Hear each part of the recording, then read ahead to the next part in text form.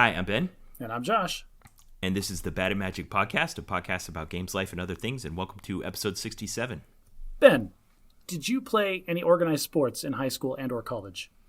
Yeah. Do you want to know which ones? I do. Tell me.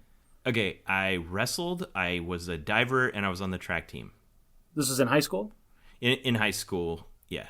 I didn't know you wrestled in high school. I wrestled in high school. I wrestled in 6th grade. Oh. I actually went to state for wrestling. I was of all the sports I played, I was a good wrestler. Awesome. Well, I was track and field as well. I did shot and disc and 2 mile for no reason. Those are nothing alike. No, I did the 2 mile on a dare. I was a wrestler, as we just mentioned, pretty good wrestler, if I do say so myself. And then I played football. And playing football as a freshman in high school was like the first organized sport that I ever played growing up. Oh. And I was number 67. It just dawned on me why you didn't put any notes in here for 67. I didn't need to. I had that one on top of my head. Nice. Classic. Okay. I was only 67 for my freshman year. After that, I was moved from tackle to center, and I was number 50 for the rest of my football career. So you're like Michael Jordan. Like 23 was your original number. Yeah, 45 on the comeback, but 23 is really my number. Yeah, there you go. But except I never came back. I never got there in the first place to come back to it. And I don't miss it. Football was one of those things that I don't know. I didn't like it. I didn't like the fact that I could try as hard as I could, but then when somebody else was slacking, then the rest of the team would suffer. I think that's why I liked wrestling a lot, because I could just focus on I could team do my sports best. Versus individual sports. A classic dilemma. There you go. And I'm not going to let my kids play football either. Now, with all the research that they have about head injuries and stuff. Yeah. Your physical body is just the meat machine that hauls your brain from place to place. But if your brain gets damaged, that's bad news for your whole life. Okay, I'm going to try to come up with a scenario here. It's going to be a bit outlandish, but hear me out. Let's say you're at a elementary school family carnival on a Saturday, and they're going to have a parents' foot race, and they want you to wear pennies with numbers on them, and they throw the stale, smelly pennies out on the ground, and the adults are crowding around to pick up their colored jerseys so their numbers can be written down, and you see the number 67. Do you shoulder somebody out of the way so you can get it? Am I so sentimental about my football number from high school that I will knock over another physical adult so I could have it? I'm going to go with no, because I hope that as a person I've grown past living those high school highs. I do know people in my life that have never... they peaked in high school, and they just want to live those days over and over and over again. They're Uncle Rico on Napoleon Dynamite. Yes, exactly. No, I feel like I've moved on. They are pleasant memories, and I will have them and cherish them forever, but I don't ever want to go back there. Okay. All right. Josh, the last time I recorded 2 weeks ago, it was at the end of February in the year 2022, and we need to talk about the elephant in the room. Less than a week, a little over a week ago, the Russian Republic invaded the nation of Ukraine in Eastern Europe. So, best case scenario, we can talk about this on this podcast, and then we'll never have to talk about it again because it'll all be resolved in a peaceful way where everybody's happy. Worst case scenario, this is the last episode we ever record because the next episode would have been recorded in a nightmare dystopian hellscape. I had half a second to imagine worst case scenario before you actually started finishing your thought, and your worst case scenario was worse than what I imagined. Everybody keeps throwing around World War III of the talking heads and all the news stations, but that's just because they want you to keep watching. I sincerely hope and don't think it'll come to that, but there is a real existential threat looming with this going on. Absolutely. I mean, Vladimir Putin has under his control the largest nuclear arsenal in existence right now, and he hasn't even been shy about making barely veiled threats to use it if anyone interferes. It's the perfect combination of little guy syndrome and who cares, I'm the boss mentality. It's this perfect confluence of terrible personality traits of a person that's in charge of world-ending weaponry. Yeah. Yikes. And that's why this is such a nuanced, complicated situation. My kids are trying to understand it, and they don't know all the things that I know. So when you're trying to explain to a child these kinds of things, and they're old enough to ask questions about it and watch, like I brought my older teenagers together, and we sat on the couch and watched President Biden's speech to the nation that happened just as all of this was unfolding, and kind of laying out the case for why this was wrong and what we intended to do about it and those kinds of things. And any speech like that is going to bring down mountains of criticism from both sides. But he really does have a fine line he has to be walking here because of the tremendous existential threat, as you said, of interfering and kind of the lack of true, undeniable impetus to drag us into this. Yeah, everybody in the world is pointing at this saying this is wrong. Somebody should do something about this. But nobody wants to be the one to step forward and end up in a shooting war with Russia, is what it boils down to. It's a terrible situation, but what else are you supposed to do? Which is why, it is a horrible thing, humanitarian crisis, and there's so much wrong with everything that's going on. Thousands of people are dying. There's millions of refugees displaced from their homes. They've attacked nuclear power plants. It's horrible. But amongst all of that, there is this very interesting little thread that I'm following very keenly, and that is the idea of what does a modern-day, actual, no-kidding, nation-state level war look like? Because Russians are clearly the aggressors, and Ukrainians are clearly the defenders. They're fighting militarily. But the rest of the world is just hammering down on Russia purely economically. And I'm very interested to see if our economies have become so intertwined, if globalization has become so tight-knit, that this is actually a valid weapon that we can use, or a valid method to stop an aggressor like this. So when you say valid method, I think you're referring to the host of other than war diplomatic, other instruments of power that we've wielded to try to discourage or reverse this action. Yes, exactly. When Hitler invaded Poland, nobody was saying we should stop trading with them. That'll show them. No, it was immediately discussion about this has to be met with military force. Right. Now this nuclear weapons weren't part of that calculus. Right, ending all of humanity because somebody's too proud to admit that they're biting off more than they can chew. Yeah, that's a problem. So, yeah, we are under no treaty or diplomatic obligations to provide, boots on the ground troop support or attack but we are using every other instrument of power I can think of, and some that I've really been surprised have come from other places than nations. We've reached a point in the history of humanity where corporations kind of transcend national boundaries, and companies like Apple that refuse to obey the FBI order to decrypt the phone that belonged to a suspected shooter of a incident here in the States are now completely boycotting Russia. Google is blocking their traffic and Facebook is preventing access, and it's really amazing these things that are happening. In that portion of it's actually really interesting to see the backlash that the companies that haven't immediately jumped on the anti-Russian bandwagon are getting. I think McDonald's and Coca-Cola are on the naughty list right now. Everybody's like, what are you guys doing? Well, we're just doing our jobs. It's like, you're not supposed to be doing your jobs in Russia. What's the matter with you? And it's that in itself, like you're talking about, these multinational corporations are now suffering because they're not taking part in a nation-state level decision. Yeah, and the interesting thing I didn't realize is how much kind of casual interaction I have with Russians on a day-to-day basis.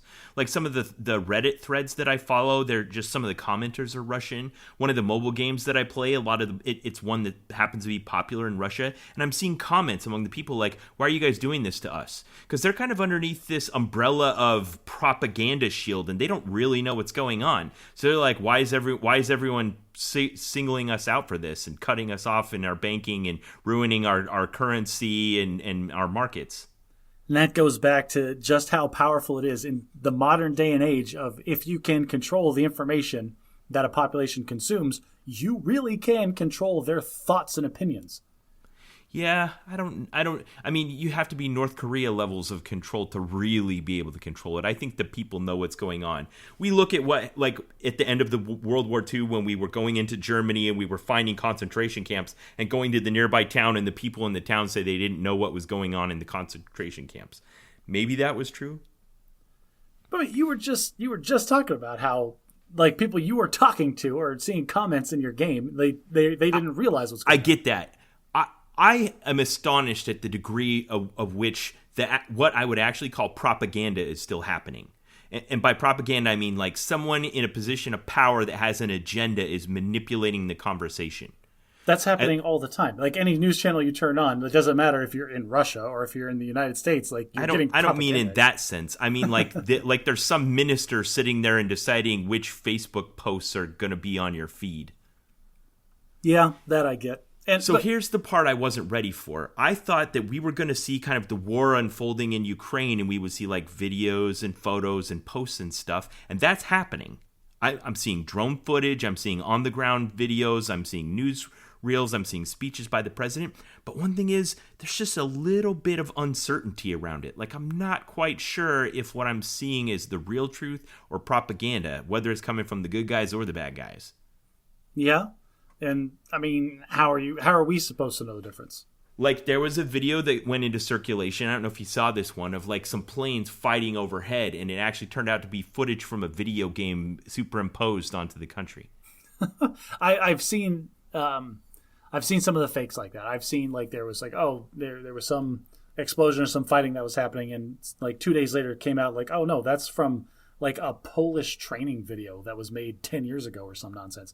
So a lot of content creators online are taking whatever snippets and clips that they can find in the dregs of the internet and trying to make, quick attention grabbing, ad revenue generating videos. Yeah, and you're talking about it like it's just random trolls that are trying to get upvotes. But, are there rooms full of operatives that are also working on these kinds of things? One I saw that was really interesting was on the day, I think, that the war was declared, Putin called what he called an emergency teleconference that was at 5 o'clock. And people, and this was crowdsourced, this wasn't a government that did this, people on the internet went around and they showed some shots of the ministers from the Russian government in the audience, and people zoomed in real close and saw that the watches of all the people in the room said 11:45. So it was supposedly a live teleconference was delayed by 6.5 hours. Interesting. But can we trust that? Can we trust these random fake things that are coming out? Like, who knows, man? And what you can't trust anything on the internet. It just goes back to that old adage. You can't trust anything that you read on the internet. And so I don't think that's the takeaway. I don't think just don't trust anything is the takeaway here. No, the takeaway is that you're going to be bombarded with information that is coming from sources that have an agenda, that have a bias, that have a specific slant that they want to implant in your brain. And so of all the sources that you're consuming, you need to keep in mind these handy little biases and fallacies that your buddies at the Bad and Magic podcast have been talking about for months now. And just try to filter through it all. And I mean, that's all you can do is you have to just sift through all the dross until you can come up with a picture of what might actually be close to the truth. So I saw one today that was brilliant. I don't know who's working in Ukraine to do this kind of thing, but they really do feel like they're controlling the message right now. It's very clear that they are a peaceful nation that was aggressed by a more powerful nation without cause. And there was a clip that the Russian ministry had released of Vladimir Putin looking like he was sitting at a press conference, a very public press conference surrounded by ministers and well lit and shiny and stuff. But the rumors are that he's hiding in a bunker somewhere. And someone analyzed the video, and you can see for about 4 frames of the video, his hand goes forward and it goes through the microphone that's in front of him in the frame. You green screened it. And then it cuts to a video of Ukrainian President Zelensky, and he says something very definitive and short, and then he reaches up and pushes the microphone in front of him to the side. I'm actually here. Yeah, exactly. All right, well, everybody, all of this... Clip in the show notes. All this tragedy and stuff aside, props to Zelensky for being, he feels like a real man, like a man's man. He does, and I feel like I'm going to wake up some morning and he's just going to be another casualty of this war, and I just hope that isn't the case, because he really has become the symbol of defiance against an unjust aggressor. You know, Ben, they are calling for anybody that wants to show up and fight for Ukraine. They're letting them into the country and giving them, I don't know, support, which is probably, what, a sandwich? The French Foreign Legion? Yeah, exactly. Maybe. Maybe. You want to go be Rough Riders? You want to, like, put our AR-15s in a backpack and hike over to Ukraine and kill some Ruskies? Okay, let me contextualize this, Josh, because I know that this would be extremely problematic for my current obligations as a member of the United States Air Force. But all things aside, let's compare, in my mind, someone who took leave and drove to Washington, D.C. on the 6th of January a year ago, as opposed to someone to take leave and go to Ukraine. How do I weigh the ethics and the commitment to the good of humanity between those two people? One of them was right and one of them was a terrorist? Yeah. Like that's the thing. It's all about perspective. History's written by the winners. And do what they call a civil war when the side that rises up wins? No, what do you call it? They call it a revolution. Yeah. They don't call it the Troubles. They don't call it a civil war. They call it the glorious revolution where we finally threw off the shackles of our oppressors. Like, it all just depends on your perspective in this stuff. Yeah. All I know is I have parents that grew up in the Cold War, and they would be super proud of me if I went and, like, fought against Russia. That's all. So I hope this is not too jarring to our listeners, but I felt the real conflict inside of me where we have this podcast that's lighthearted and we laugh and talk about games and life and stuff, and it felt like wrong for us to start off our discussion just talking about it like none of that's going on right now, like that isn't happening. But now I want to shift back to the lighthearted funness that we always do without it being too jarring to our listeners. So how do we make a transition from a humanitarian crisis that is a ground war in Europe to the random nonsense that we usually talk about? So this week, one of my listeners asked me, they said, Josh talked about his shower thought where he was wondering if our thoughts are unbounded or if they're limited by language. And they said, would you ask Josh if we can actually think of nothing? If we can think of nothing in the sense that we cannot think of in the terms of words, or that we can just like shut our brain, our flow of consciousness off for a moment? I mean, I understand, like, if you put electrodes on someone's head and you measure brain death, where it's just like a flat line, no electrical activity. I don't think it's that. I think it's just like, I don't know. Can you not summon the Stay Puft Marshmallow Man? I think that's what meditation is. I mean, people talk about that all the time, being like the oneness or just being aware or floating or drifting or whatever it is. And people talk about, or Zen, there it is, the Zen state. People talk about if they meditate for a long time or dedicate their whole lives to it if you're a monk, that you can get into that state where your mind isn't concerned with the worldly existence and it's just free to, I don't know, drift or do its own thing. I obviously have no idea what that's like. This brings up an interesting thing that's, I don't know if it's psychologists call executive control, where like you have a consciousness inside of you that is on a fundamental level just chemical and electrical signals happening inside a lump of biological matter. And if you can think about your own thinking, but thinking is what controls your thinking, how can you not think of something without just being dead? I don't think it's possible. Well, I think someone that says they've reached Zen meditation or whatever says that they've thought of that they're not thinking of anything, but you can't, or you'd just be dead. Well, I mean, I've said this before. I know that I'm conscious because I have a stream of consciousness that exists perpetually throughout my existence. But I have no idea about other people. It's an unprovable fact. You all could be weird Matrix robots for as much as I know. Yeah. All right. Well, I'm glad we wrapped that one up. We'll have to let the philosophers know. Yeah. When we figure it out, like, don't worry, everyone. We're on it. We'll put up a Patreon if we need any like research materials or money for it. But once we figure out how human consciousness works, we'll let you know. Another question I had from our readers this week was they were kind of commenting on what we were talking about with dumb rules and what the opportunity cost of them was. I'd said specifically that like dumb rules are there and they just cost us time and energy and stuff. But I believe this. I don't know why I failed to say it. And that is the real cost of dumb rules is that it dilutes the important ones. Okay. Because if everybody's special, then nobody is. So yes, exactly. Syndrome off of Incredibles. Yeah. So you have some rules that are there that exist purely to make sure people don't get eaten by street sweepers. But then you have the rules that keep people safe and alive. Like when I was in training to be a drone pilot, they handed me my documents. And I told you this story. They gave them to me on a CD. And it was so outrageous because I just added up all the pages of rules that I was responsible for enforcing all the time. And it was 16,000 pages of written text. And everybody just acknowledges it's an unknowable quantity of information. And what it boils down to is like, this is the stuff that we are going to use to punish you when you screw up. And that's all it boils down to. If you're doing everything that you're supposed to be doing, if you're doing everything right, then we won't have to throw these books at you.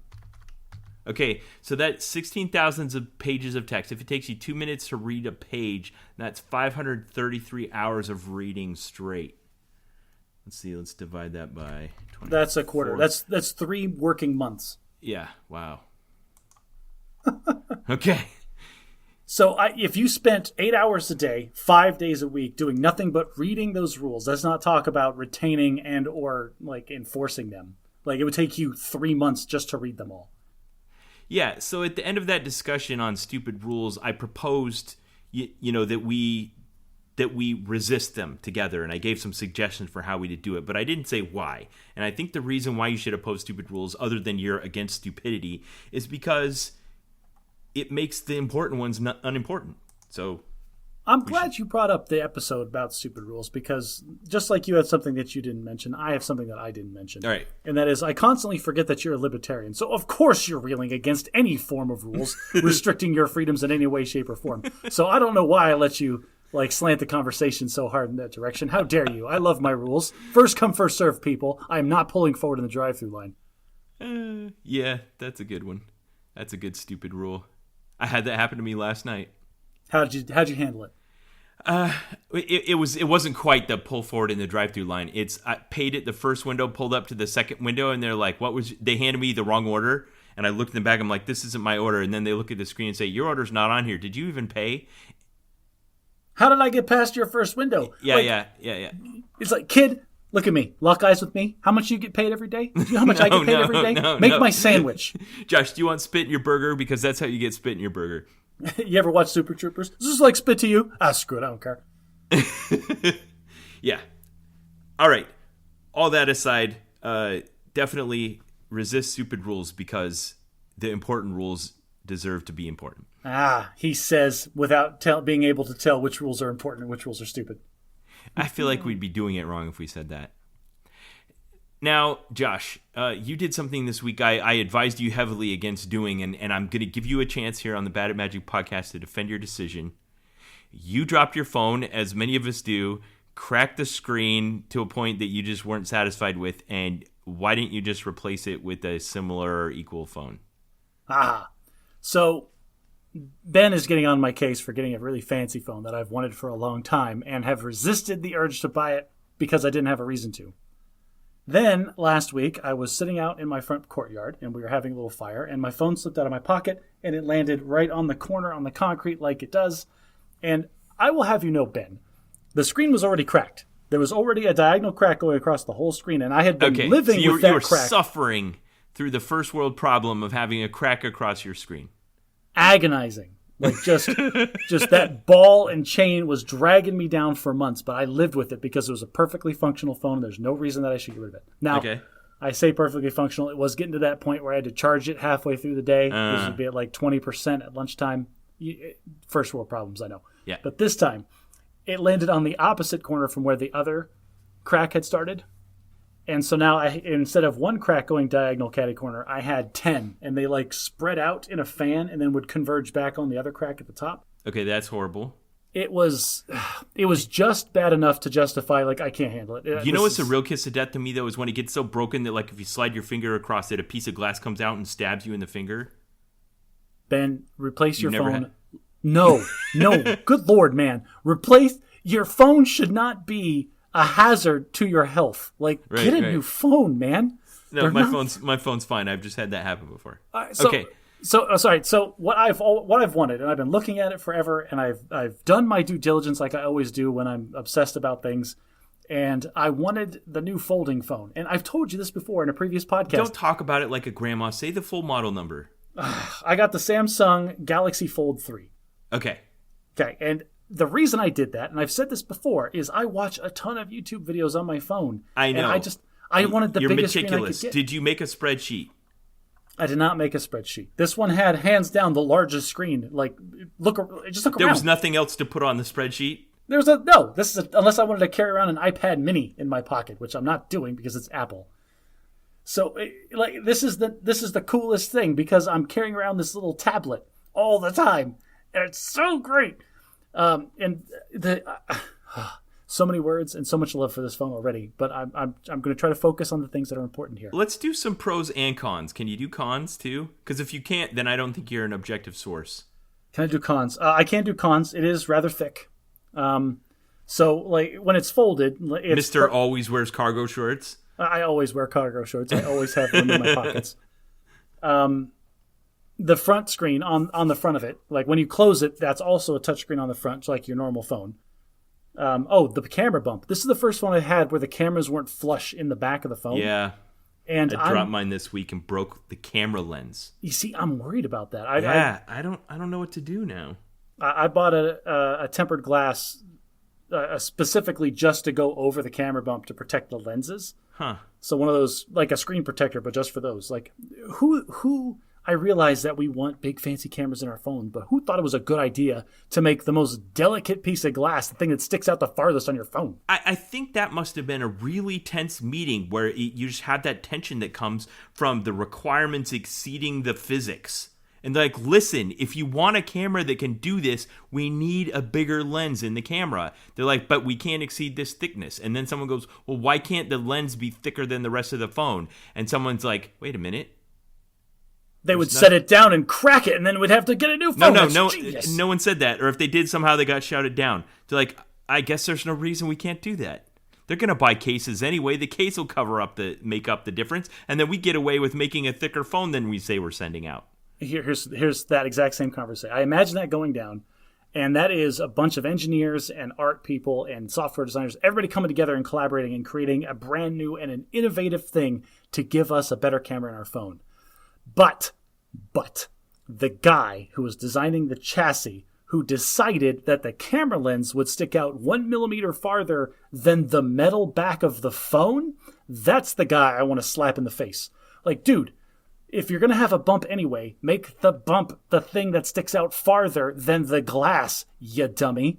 Why is it when I set my phone down, the glass is the first thing that contacts any hard surface that I'm setting it on? Yeah. I don't know how that happened. It just feels like a failure of industrial design to me. Or it goes back to the malice thing where, well, if they crack the camera lens, they have to get a new phone, and that's a win for us because we sell phones. I just don't think that. But I want to talk about that later on. So we'll save that. Are there really evil corporate CEOs? Save that spot. We'll come back to that. The answer is yes. We can skip that whole conversation.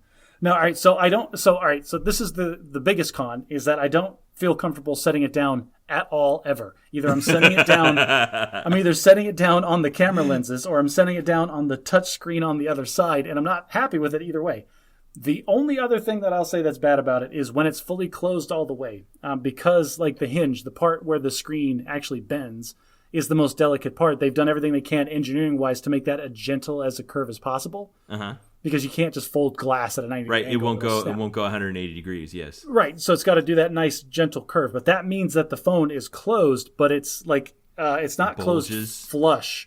So the far ends away from the hinge, they touch like you would expect a book, but then they slightly cant away from each other. So there is this very small, maybe 1 or 2 millimeter gap between the two glass faces when you get to the hinge part, which is fine for most scenarios. But like if you have sand in your pockets or like if your hands are dirty or whatever's in your pocket. That's an interesting problem that you didn't have before. It'll work its way down in there. I noticed this when I put on a new pair of shorts and I put my phone in my pocket, and a little bit later I pulled it out and opened it up, and there was a bunch of that lint left over from the dry that was in my pockets all over the screen. I'm like, how did all of this abrasiveness get into my delicate, tiny screen?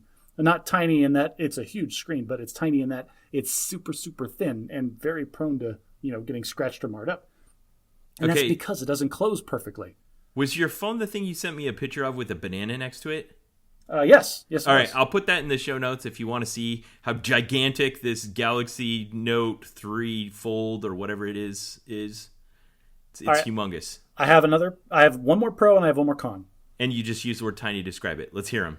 Not tiny. The thickness of the screen is tiny. Never mind. The pro. This is the first one I've had with a modern generation fingerprint scanner. I have never used biometrics as the locking or unlocking mechanism of my phone. It was always like the draw pattern on the phone. That's what I always used. Right.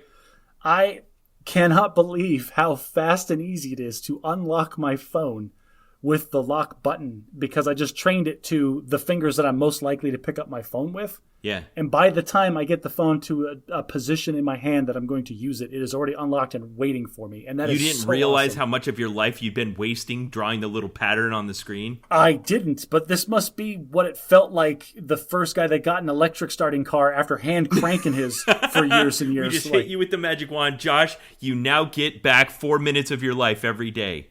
Ooh, dude, I don't know. 4 minutes is generous. I would say it does add up. I will say it does add up. It's probably less than a minute a day, but that's time I have back.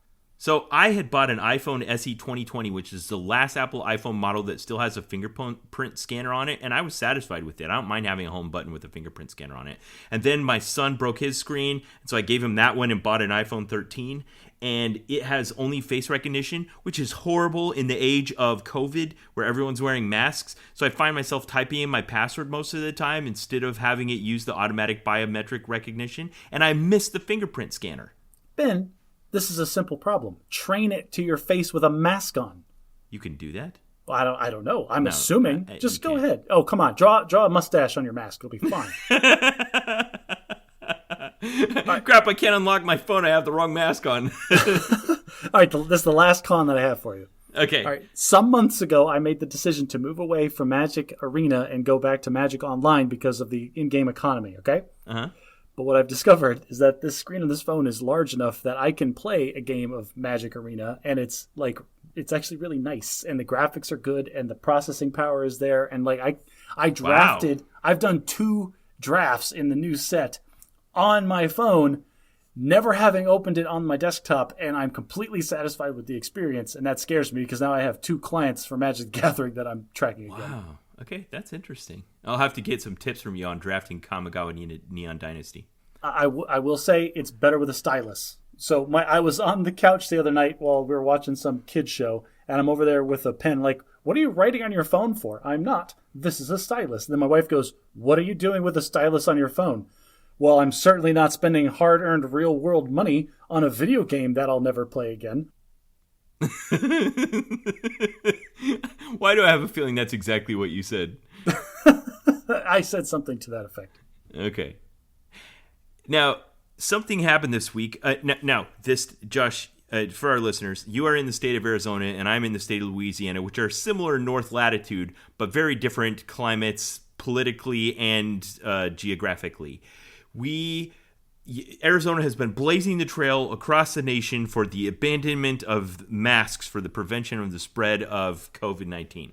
What's COVID-19? We don't believe in any of that hocus-pocus personal health stuff here. It's the flat earth public health emergency of the state of Arizona. Okay, so 2 years ago, this whole thing started kicking off. If you remember, about this time 2 years ago, and you and I were kind of like, what's it going to be? And then I got called up into the emergency action center at my Air Force base. Everything went into crisis. They locked down all the airports, and at the time, even the most alarmist of pundits weren't predicting that this was going to take 2 years. But I feel like we finally just are starting to achieve the milestones where it feels like we're at the end of the tunnel. Man, people have said that before. I know, Josh, but the Department of Defense has been very conservative about restricting people from spreading it and conforming, getting vaccinations, wearing masks, those kinds of things. So this week, the state of Louisiana already stopped making kids wear them at school, but I was still having to wear it at work. And this week they gave us the memorandum signed by the Surgeon General of the Department of Defense, basically saying, rightfully and common sense, we don't do that very often, but we are in this case, that every military installation will obey will use this assessment based on the local regulations on a county by county basis. And they basically define 3 levels: low, medium, and high risk. If it's high, here's what you follow. If it's medium, here's what you follow. And if it's low, here's what you follow. And they said, and we are now at medium, so you don't need to wear your masks unless you're at like the hospital. Okay. Or the commissary. So there's some definitive guidance that you can follow. And there's some quantifiable measurements you can use. And it was weird, Josh, because the email came out and everyone kind of stood up from their desks like groundhogs. And imagine a bunch of people in cubicles kind of standing up and looking around and then slowly taking their masks off and looking at each other's faces for the first time in 6 months. Except for Fred. Fred let out a very enthusiastic yeehaw and ripped his mask off, threw it down, and lit it on fire. Right. Well, and there's another thing happening, and I want to talk about this for a sec, and that is that in the rules it said very deliberately, and I think they recognize the military is a very likely organization to experience too extreme of backlash from this kind of thing. Like a local commander saying, all right, not only are you permitted to take your mask off right now, but it does not appear good for military dress and appearance, and you are not allowed to wear one. That would happen immediately. Right. So it actually says in the rules that you're protected if you still want to choose to wear one. That's bold in itself. Giving a military member the choice of his dress and appearance? Ooh.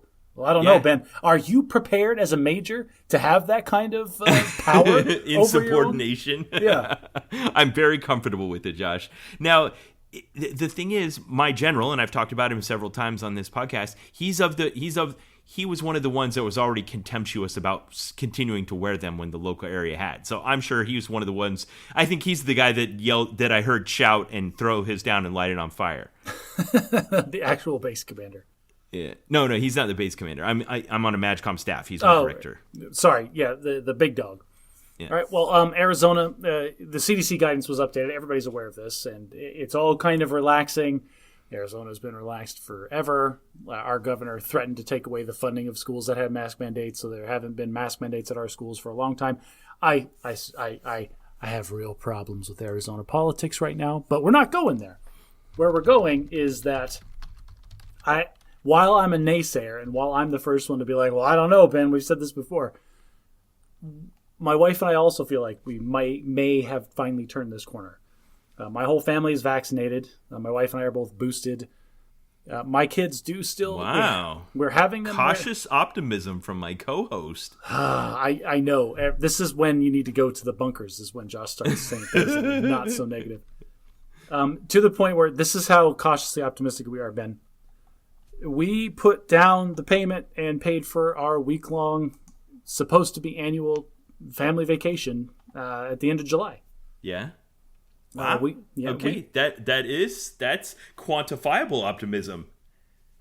Well, here now I say that we put money down and we're going on a trip, but we also did pay almost $300 extra for the little trip insurance where we could cancel everything up to the last minute and still get our money back.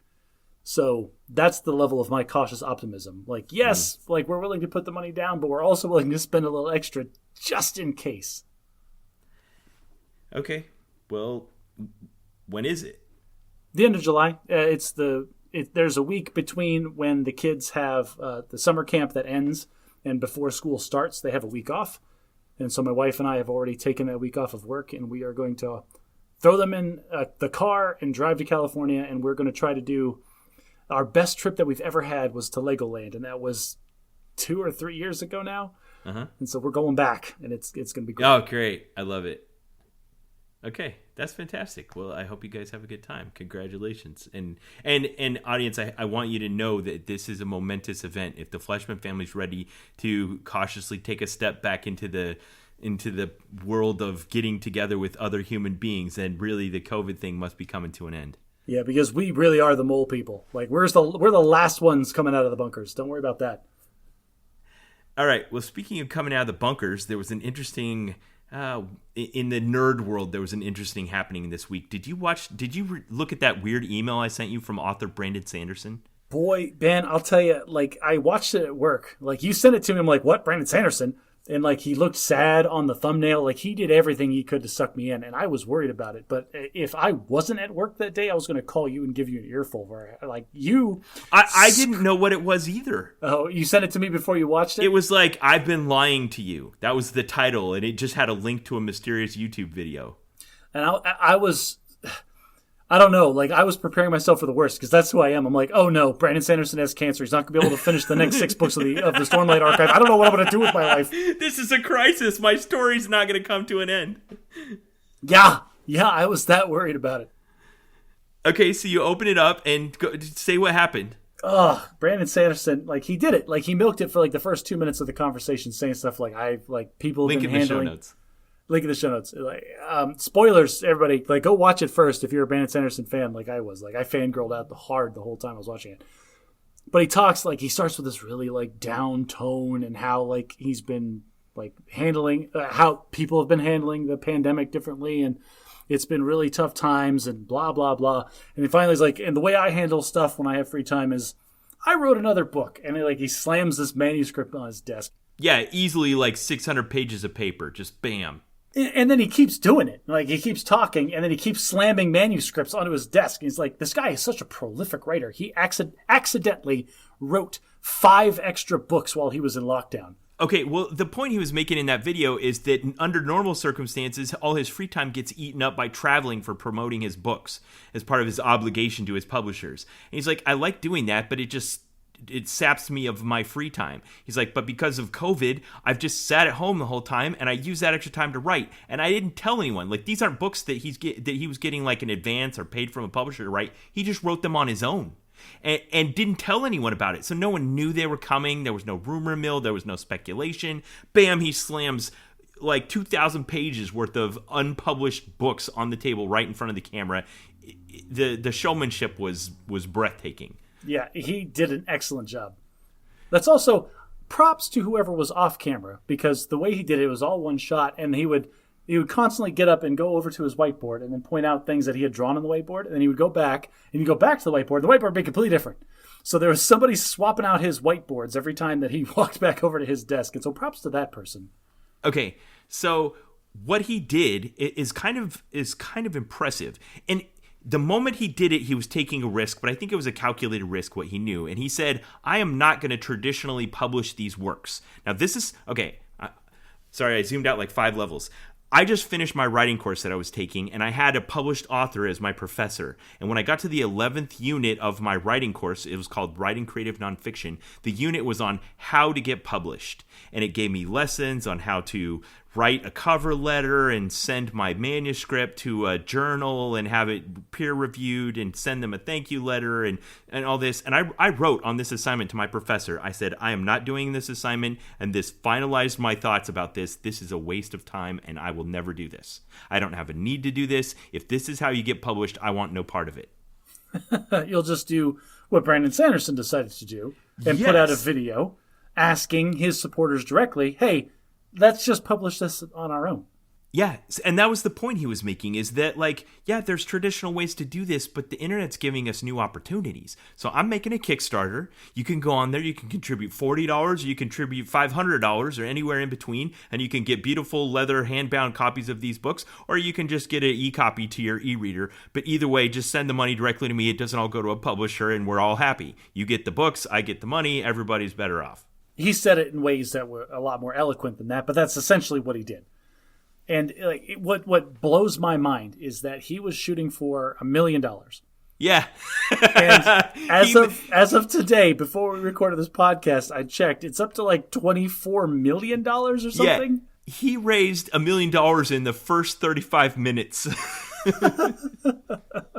This just goes to show you, people, I've been saying this since the podcast started. Brandon Sanderson is an amazing author. If you read fiction, go read Brandon Sanderson. There's enough people out there that agree with me that they've just thrown $20 million at the guy for please give me 5 new books. So my wife's not plugged in enough that she was following all of this. So when I told her about it, she's like, oh, really? Now, so she subscribed to the Kickstarter. I don't know if you are, but we are definitely among the contributors to this. I'm pretty sure my baby sister is too. I can neither confirm nor deny the amount of money that I have put into this. What level of supporter are you? No. That will not be recorded. My wife listens to these, Ben. Oh, sorry.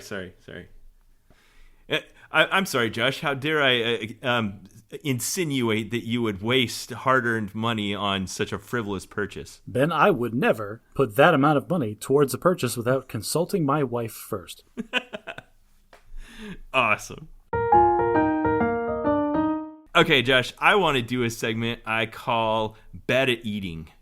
We've talked about food on this podcast from time to time. In fact, I've talked on this podcast about one particular kind of food in the past, and that is s'mores. Oh, are we going to talk about s'mores again? Ben, these are campfire snacks that kids give up when they're 10. Like, you are obsessed. What? Like, you are chasing... Have you not had a s'more since you were 10 years old? You are chasing the s'mores dragon, my friend, and you need to stop.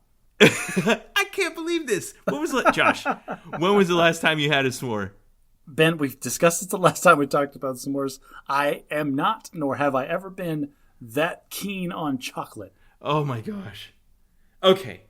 Well, okay, I'm happy with this. You can be our skeptic while I go through this. Oh, wow. What a novel approach for me to take. I insinuated on this podcast in the past that the only true and worthy application of the ingredients and the flavor concoction that is a s'more is the actual OG campfire creation. Golden graham crackers, Hershey's chocolate, and air puffed marshmallows. Wow. Like to a brand name even. Whew. Yeah, that's it. That's all there is. And anyone that's approximating it is trying to monetize people chasing the s'mores dragon, and it's always terrible.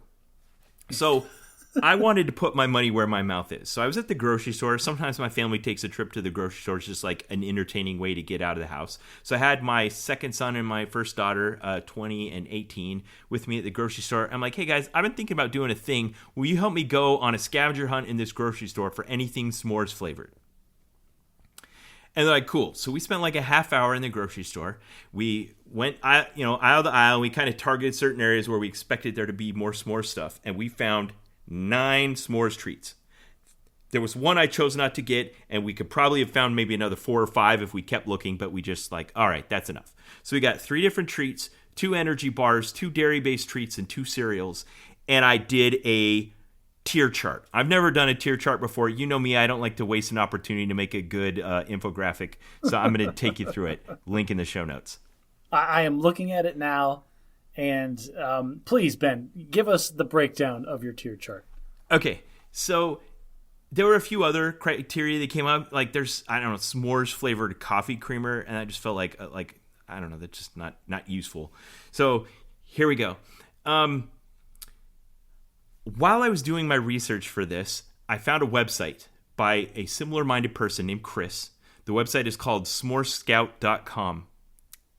And on this website, Chris rates s'mores products and recipes on a 4-part rating breakdown, 1 to 5 stars. Marshmallow, chocolate, graham, and overall.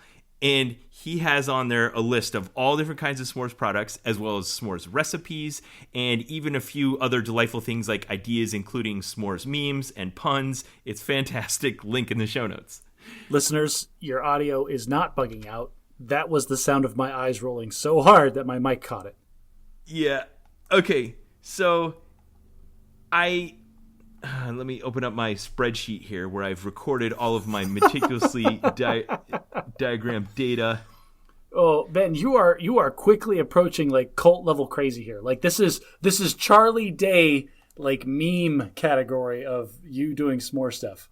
I didn't mean to close the document, but okay, so I took these 9 things and I put them on a list. I categorized them and I did, the typical like internet tier chart. Basically, it's graded A through F, and then there's an S tier that's at the top. So there's a lot of controversy surrounding what these things actually mean, but I think they fell pretty cleanly onto this chart. So if you're looking at the chart, let me walk you through it. I'm going to start at the bottom and work my way up. Both energy bars fell at the E and F tier. There was the Think Protein Plus 150 calorie bar. Now, I want you to notice if you're looking at this, and that is all but one of these products use almost the exact same thumbnail of the campfire treat on it. Like a fishing lure trying to lure you in. Like, come eat our thing. It's just like that thing you used to love when you were a kid. Well, this is clearly made for people like you that are chasing the s'mores dragon, dude. This is the closest thing to hard drugs that a grocery store can sell.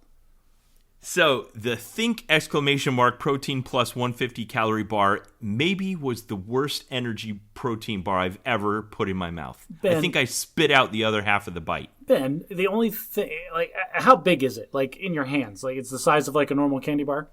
Yeah. All right, anything that big that only has 150 calories is at least 75% sawdust. So that's why it was bad. It's horrid.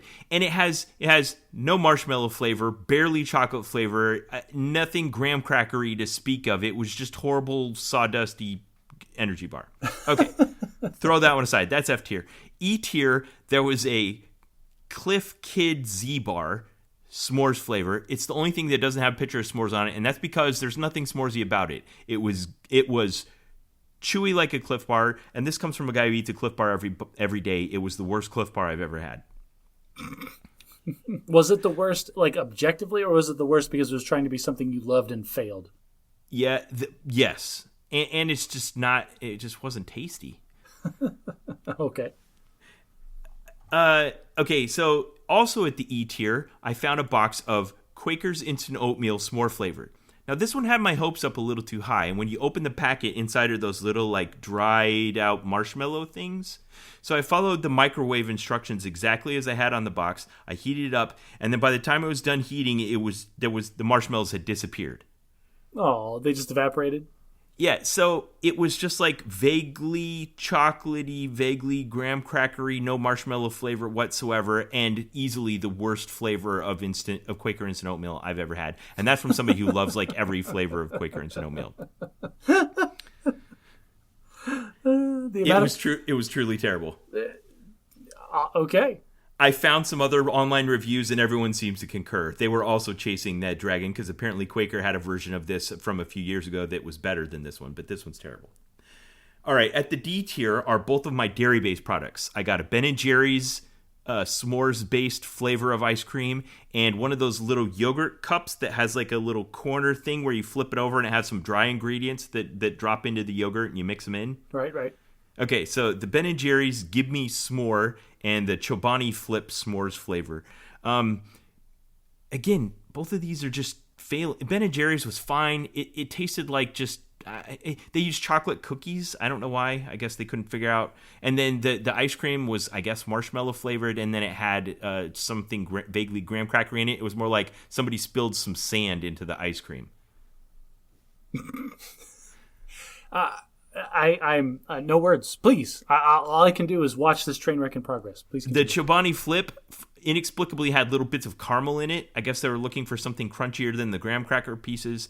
And the flavor of vanilla or plain Greek yogurt just overpowered any attempt at making a marshmallow flavor. And so, of all the things on this list, that one tasted the least like anything s'moresy. All right. Once you get above the D tier, now we've got the energy bars and the dairy-based products out of the way and the oatmeal. Now you get into the things that actually taste like s'mores. There was the Golden Grams Treats bars, the Honey Made S'mores cereal, the S'mores Pop-Tarts, and then, of course, the OG Campfire S'more. The Golden Grams Treats bars, I put at the C tier. They're fine. They're cold. They have all the ingredients present, but they're missing the most important ingredient, the most important part of the s'mores experience, and that is that it's melty and gooey. I'm starting to have a theory. Like, did you have your first kiss right after eating a s'more? Like, is that what happened? Something really good happened to you after eating a s'more. Now, we did this at dinner with my kid. After dinner, I'm like, all right, we had dinner. Now let's have dessert. And I pulled down all these s'mores things. And I cut them all into little pieces, and everybody tasted, and we had an interesting conversation and tried all this together.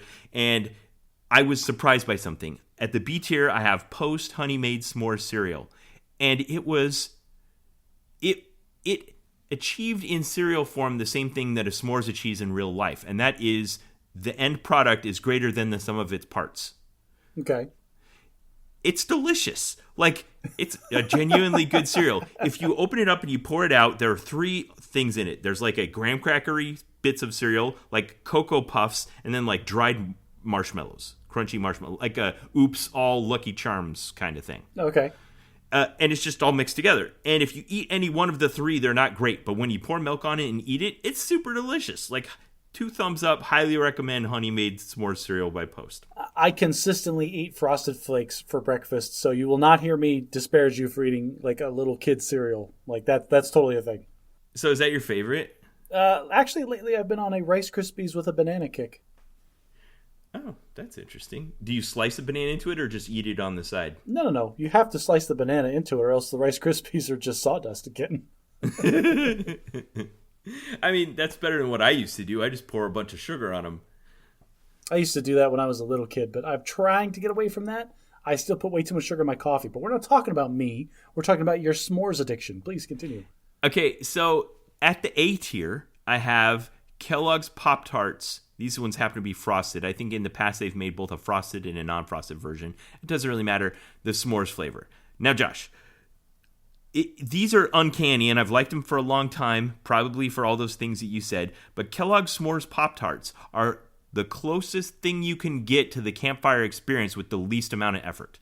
Well, that makes sense because you have that added extra benefit of heat. So they probably just put actual marshmallows in the stupid things. Yeah, you put it in the toaster. It comes out, it's a line of marshmallows, so it's like in every bite. And then it has the melty chocolate, the gooey marshmallow, and the crunchy graham cracker, and it's just about the closest you can get. It also kind of has that like overly processed food flavor that all Pop-Tarts have, but what can you do? That's A tier.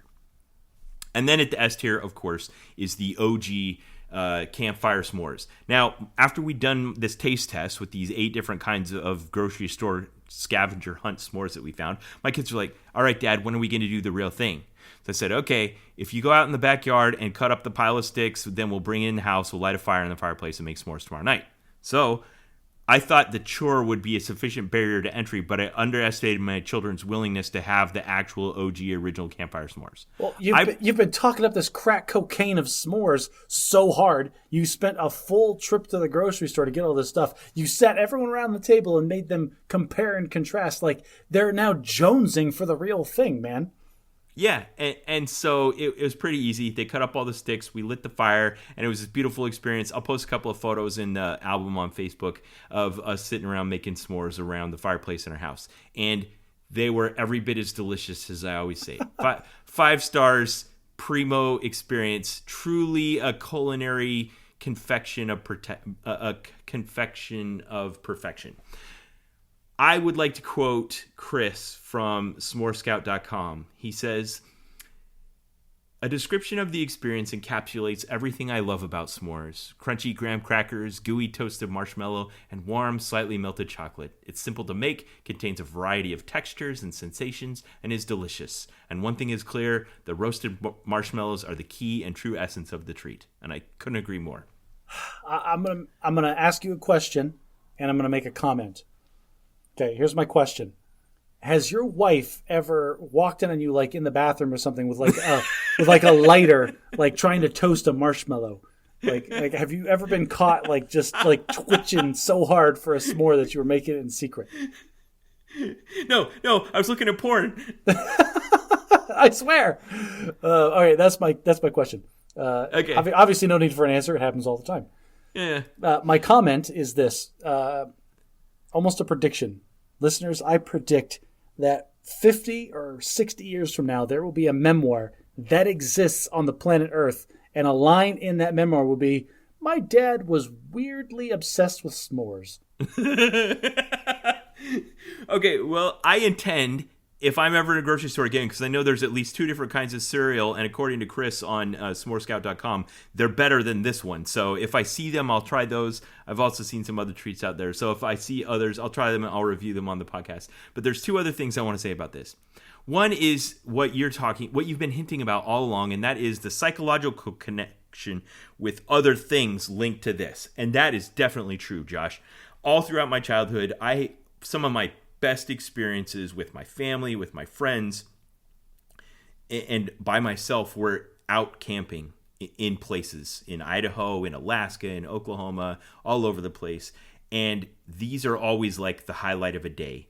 Here's what Chris wrote on s'morescout.com. The s'more is a rich treat enjoyed after a long, hard physical day full of adventure, activity, friendship, and memories. It's a summer staple and a requirement for virtually any summer bonfire or camping trip. Yes, s'mores is sticky and messy, but that's all part of the experience. Let loose and enjoy.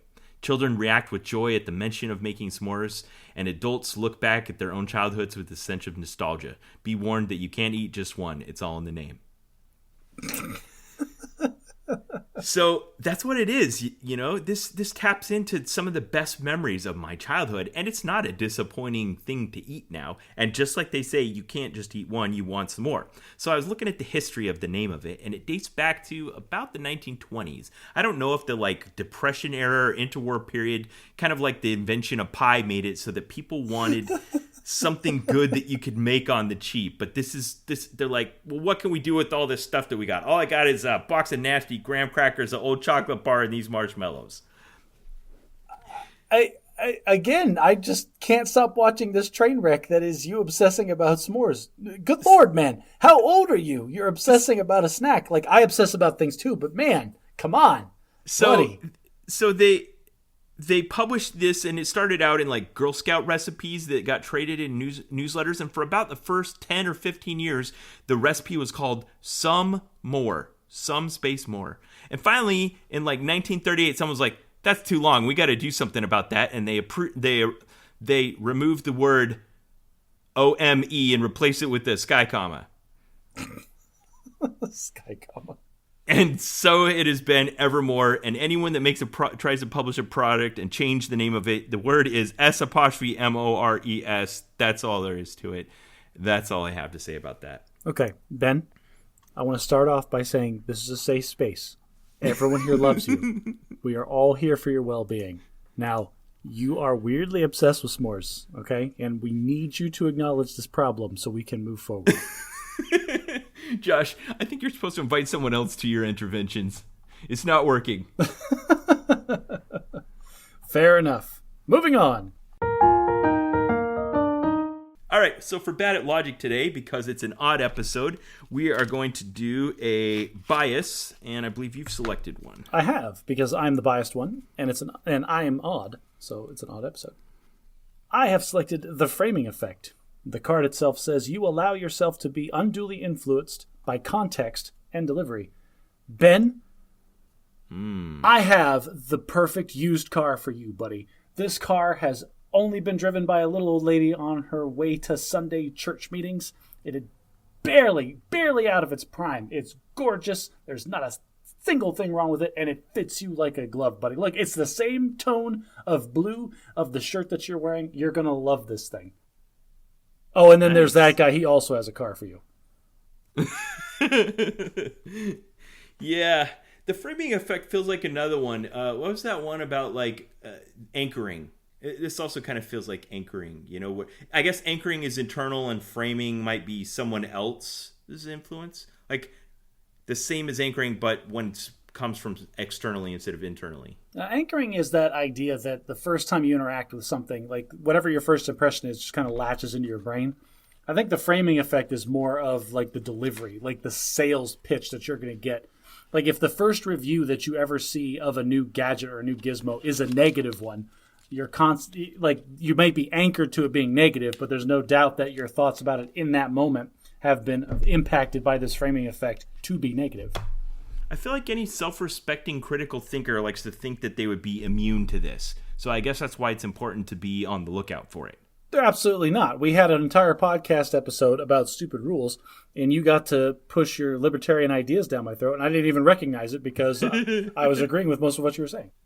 I don't think I understand what exactly you're saying by that. Like, never mind, we take it all back. All those stupid rules are fine. Josh is not against rules. No, that's the problem, you see, because you framed it in such a way as that, like, how could I possibly disagree with these rules being stupid?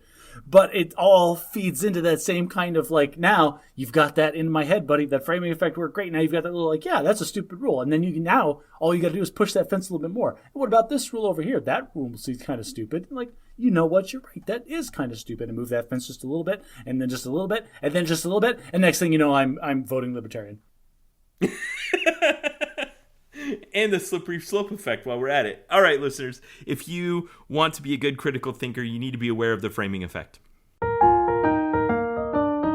For Bad at English this week, I want to talk about a vocabulary word that I heard my children bring home from school.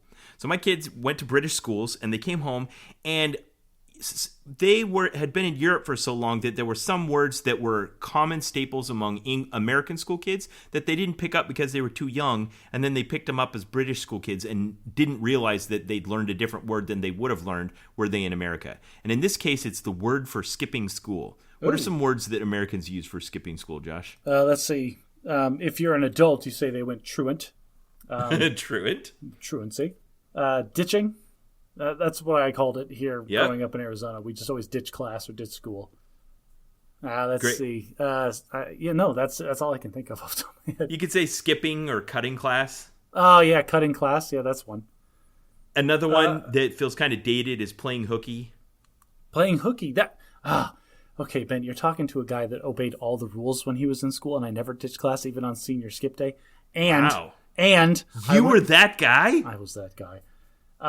And then also, I went to a military academy where you were punished if you missed class. So then you missed it on purpose. I couldn't miss class on purpose, like intentionally. Like you were not allowed. Keep saying that, but you're also the guy that didn't do your like marching back and forth in the quad that you got assigned at summer camp. Oh, because that was enforced by other students. Like they can't do that. That says something about your internal hierarchy for rules, but I'll dissect that later. That says something about you. Okay, so when I started looking into this, and I'll tell you the British word that they use in a second, I realized that because this is highly colloquial, it tends to be very prone to slang. Like, it comes from kids who are doing something against the rules, so they're not going to follow the rules of language about it. Oh, okay.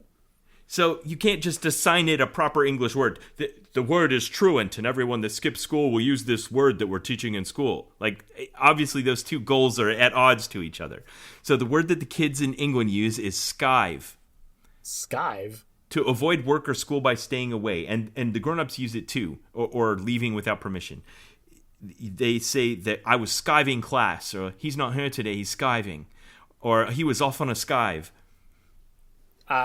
Okay. I mean, that sounds like a made-up word, but all words are made up, so... Well, I don't know how we didn't get that word, because some other former British colonies did inherit the word skive. In South Africa and India, they use the word bunking, which is cool. I like that one. In Jamaica, they say sculling. In Scotland, they say he's dogging it today. I don't think that's a Scottish accent. Oh, he's dogging it today. Dogging it today. There you go. And in Ireland, they say he's on the knock. Also not an Irish accent, but we're not going to. Yeah. I'm not even going to try that one. And in Utah, for some reason, they say slough in that foreign country. Utah is slough class. Oh, we're going to slough class. Like, okay, yeah, they just make up weird words. Like maybe it's just code words, so the teachers aren't hip to it. It's like, oh, we're all gonna slough class, yeah. It's like, so what is this? The bad English word for today is skive. What is this sloughing you're talking about? Oh, that means we're going to pay super close attention and participate. Oh, well, it's about time. Now, Josh, I've been ignoring Board Game Survivor lately, and I don't have any new board games that went through the gauntlet this week because we were busy doing other things. So I want to talk for just a second here on the Bad at Magic podcast about Magic. Why don't you go first? Want I go first? Well, so they opened up Vintage Cube again this week, which I happen to love, but I have not played a single game of it. What's wrong with you? It's the Vintage Cube. Get on the bandwagon. How many would you say you've played? Not nearly enough, dude. It's the middle of tax season. I'm working 48-hour weeks, 6 days. Like I'm toast. I barely have time, but I still squeeze in games of Vintage Cube whenever humanly possible. It is good fun. It is. So I'd mentioned before on the podcast that my local game store had been kind of working up to sponsoring a major minor event that they were hoping to draw in, people from all of the surrounding area and hold a modern tournament at the local convention center. So that was this last Saturday. It's in the constructed format of Modern Magic, which goes all the way back to like 2007 or something like that. All the cards from then till present, with a few banned cards that aren't permitted. You can build pretty much any deck you wanted. And this format is known for its diversity. So I took my 20-year-old son and we went to this tournament, and we were playing because of the number of players, which happened to be 129 at this event, which isn't a terrible lot, but it is a lot. It's enough. It's more than like what your local game store is going to drum up on a normal weekend. Yeah, it was enough to support a $5,000 prize pool. It's the most I've had in an event since this podcast was founded, when you and I went to Grand Prix Vegas back in 2018. Oh, back in the day. We're going to this one. If they have it this year, 2022, that's our year, baby. I love that idea. Okay, so I registered green, red Ponza deck, and my son registered blue, white, red Arclight Phoenix deck, and we started playing the tournament. And I am always optimistic because I tend to just find a way to win, and I was in contention still going into the 5th round. And I talked my wife in because the rest of my kids were out of town, and I talked my wife into coming to the event. She'd never come to one before. And my son said it was really weird to have my wife show up at this because those were two Venn diagram circles in his life that had never intersected before. You don't have a mom when you're at Friday Night Magic or when you're at right. tournaments. It's like running into your school teacher at the grocery store. You're like, what? Why do you exist outside of school? Yeah. So, but luckily she came and brought us lunch because they didn't give us a lunch round. So we recharged in the 5th round, and my son used that to make his way into the top 8, and he ended up finishing in 7th place and got $475. That is outstanding. Congratulations to your son. Yeah, good job, Jairus. Now, I was eliminated in the 6th round. It was a close match. I feel like I just kind of lost on the coin flip at the beginning to decide who goes first because it was a burn deck, and it just came down to each of our very last draws. Like it was really tight and really close. Almost won it. I would have been in as well. But I got to tell you, Josh, I had this moment where I was so proud of my son and his accomplishment that it was as rewarding, if not more so, to see him finish at the top tier of the competition than it would have been to do it myself. Aw, if only you would have had thoughts like this when it was you that he was playing in the last round, preventing him from going into the championship. Well, here's the thing, because you've given me no end of hard time on this show about how when we played together in the past, I always pound them into the dirt. Yes, you do. And he had the fortitude and the critical thinking and the technical play skills. Don't you even come in here. It's like, if I hadn't been so hard on him in those Friday Night Magic tournaments, he never would have been able to stand up against the competition here. You do not get to claim his championship by proxy, sir. No, that's not how this works. I sound like J.K. Simmons on that movie where he's raising the jazz drummer. I forget what that was called. Anyway, yeah. It feels like all those times where just teach him how to play and think through things and working together and helping him construct his deck paid off. Because, Josh, it takes a tremendous amount of mental fortitude and just stamina to get through 7 rounds of Swiss pairings of Magic. It's a lot. Ben, I don't know if you realize this, but you're my Magic the Gathering son. And like, you play red decks and land destruction and weirdness, and it's so disappointing, and I'm so disappointed in you. But I have to accept you as the Magic player that you are, not the Magic player that I wanted you to be. And so I'm glad that my Magic the Gathering grandson did so well in this tournament. Okay, keep going. Take credit for it. I want to pull the thread on this one a little more. Hang on. I can be proud of him without claiming responsibility for it. Like, of course. Ow, my phone. Oh no, Josh. Oh no, did you just drop your Samsung Flip G3? It's fine. Everything's fine. Nothing's broken. No. I want to pull the thread on this, Josh. Okay. I would never have played Magic the Gathering if you hadn't introduced me to it, and I introduced my son to it, and the things you taught me, I passed on to him, and he did well in that Magic tournament, and he said to me after the tournament, Dad, I really enjoyed that. Thanks for introducing me to this game and teaching me to play it. Did he really say that? Yeah. Oh, okay, well, retracted, because it wasn't you, it was me. So, everything you just said is right. This is a one-to-one correlation. I'm taking full responsibility for Jairus doing so well at the Magic tournament. You're welcome, everyone. I spawned this entire thing. This brainchild that is Ben's podcast about games, life, and other things is 100% my doing. You're welcome. Wow. Yeah, there's a lot of stuff that dates back to that decision. It's a fateful moment. It's my November 5th, 1955, or November 3rd, or whatever it was. The moment in Back to the Future where they keep going back to, that's like the spoke of the hub. Oh, I the thought hub of the spoke. For some reason, my brain went to V for Vendetta. Remember the 5th of November. No, definitely not Guy Fawkes Day.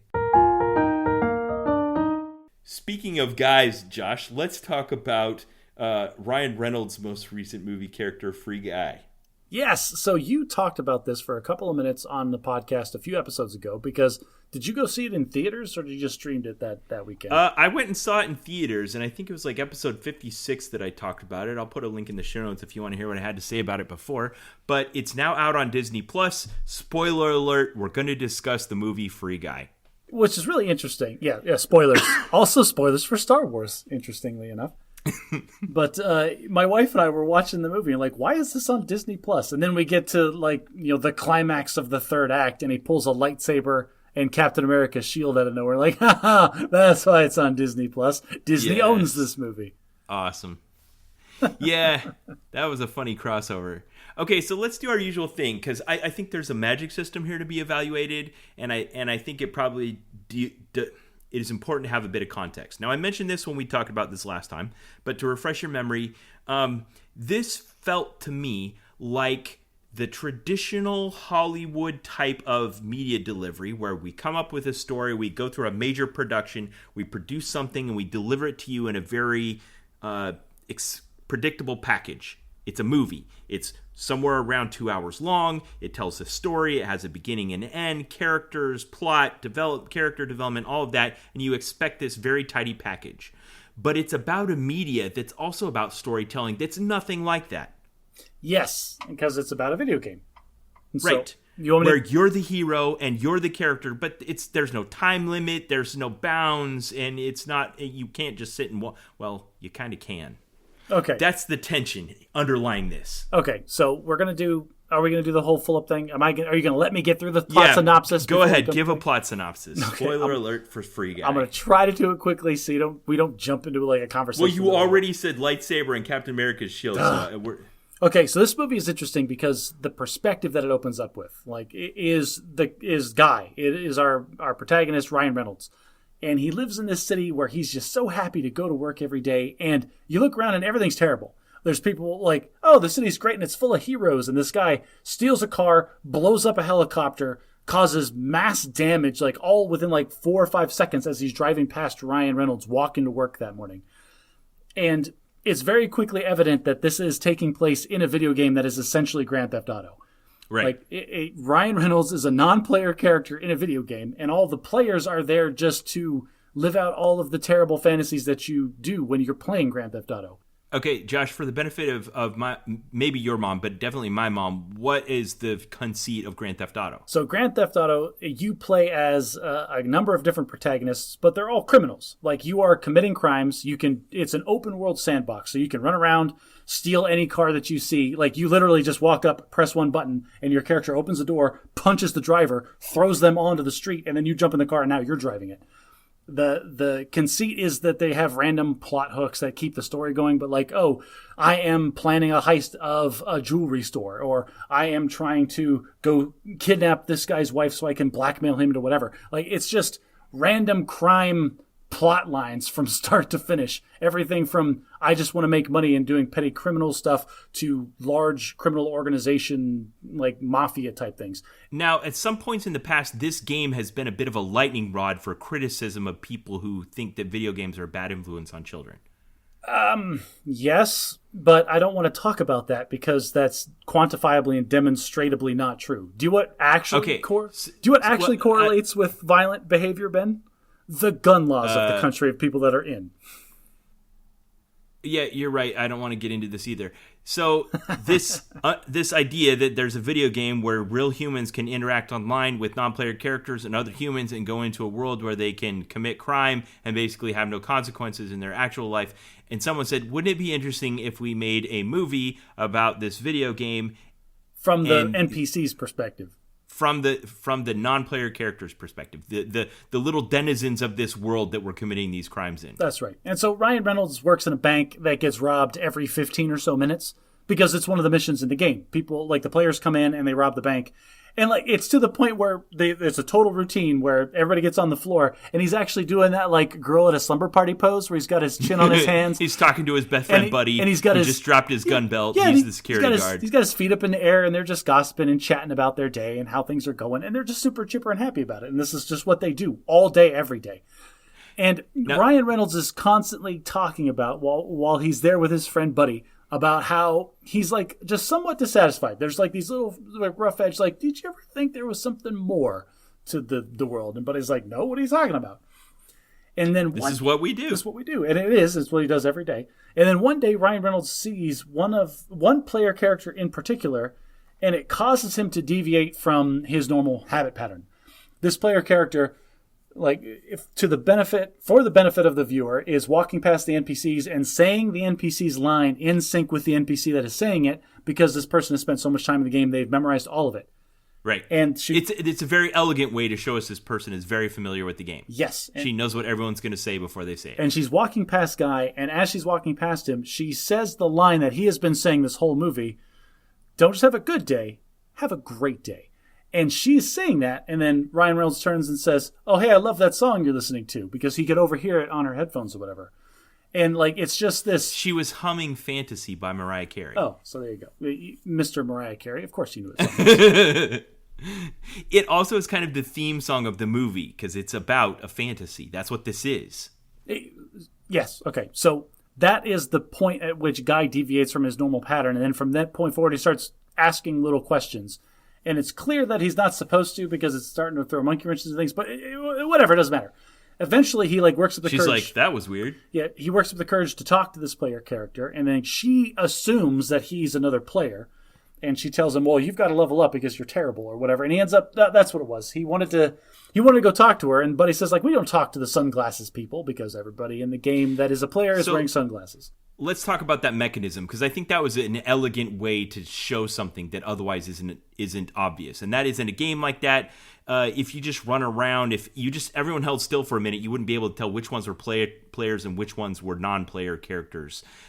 So for the purposes of the game, that everyone that was a non-player or player, a human that was in this virtual world, wear sunglasses, and they called them the sunglass people.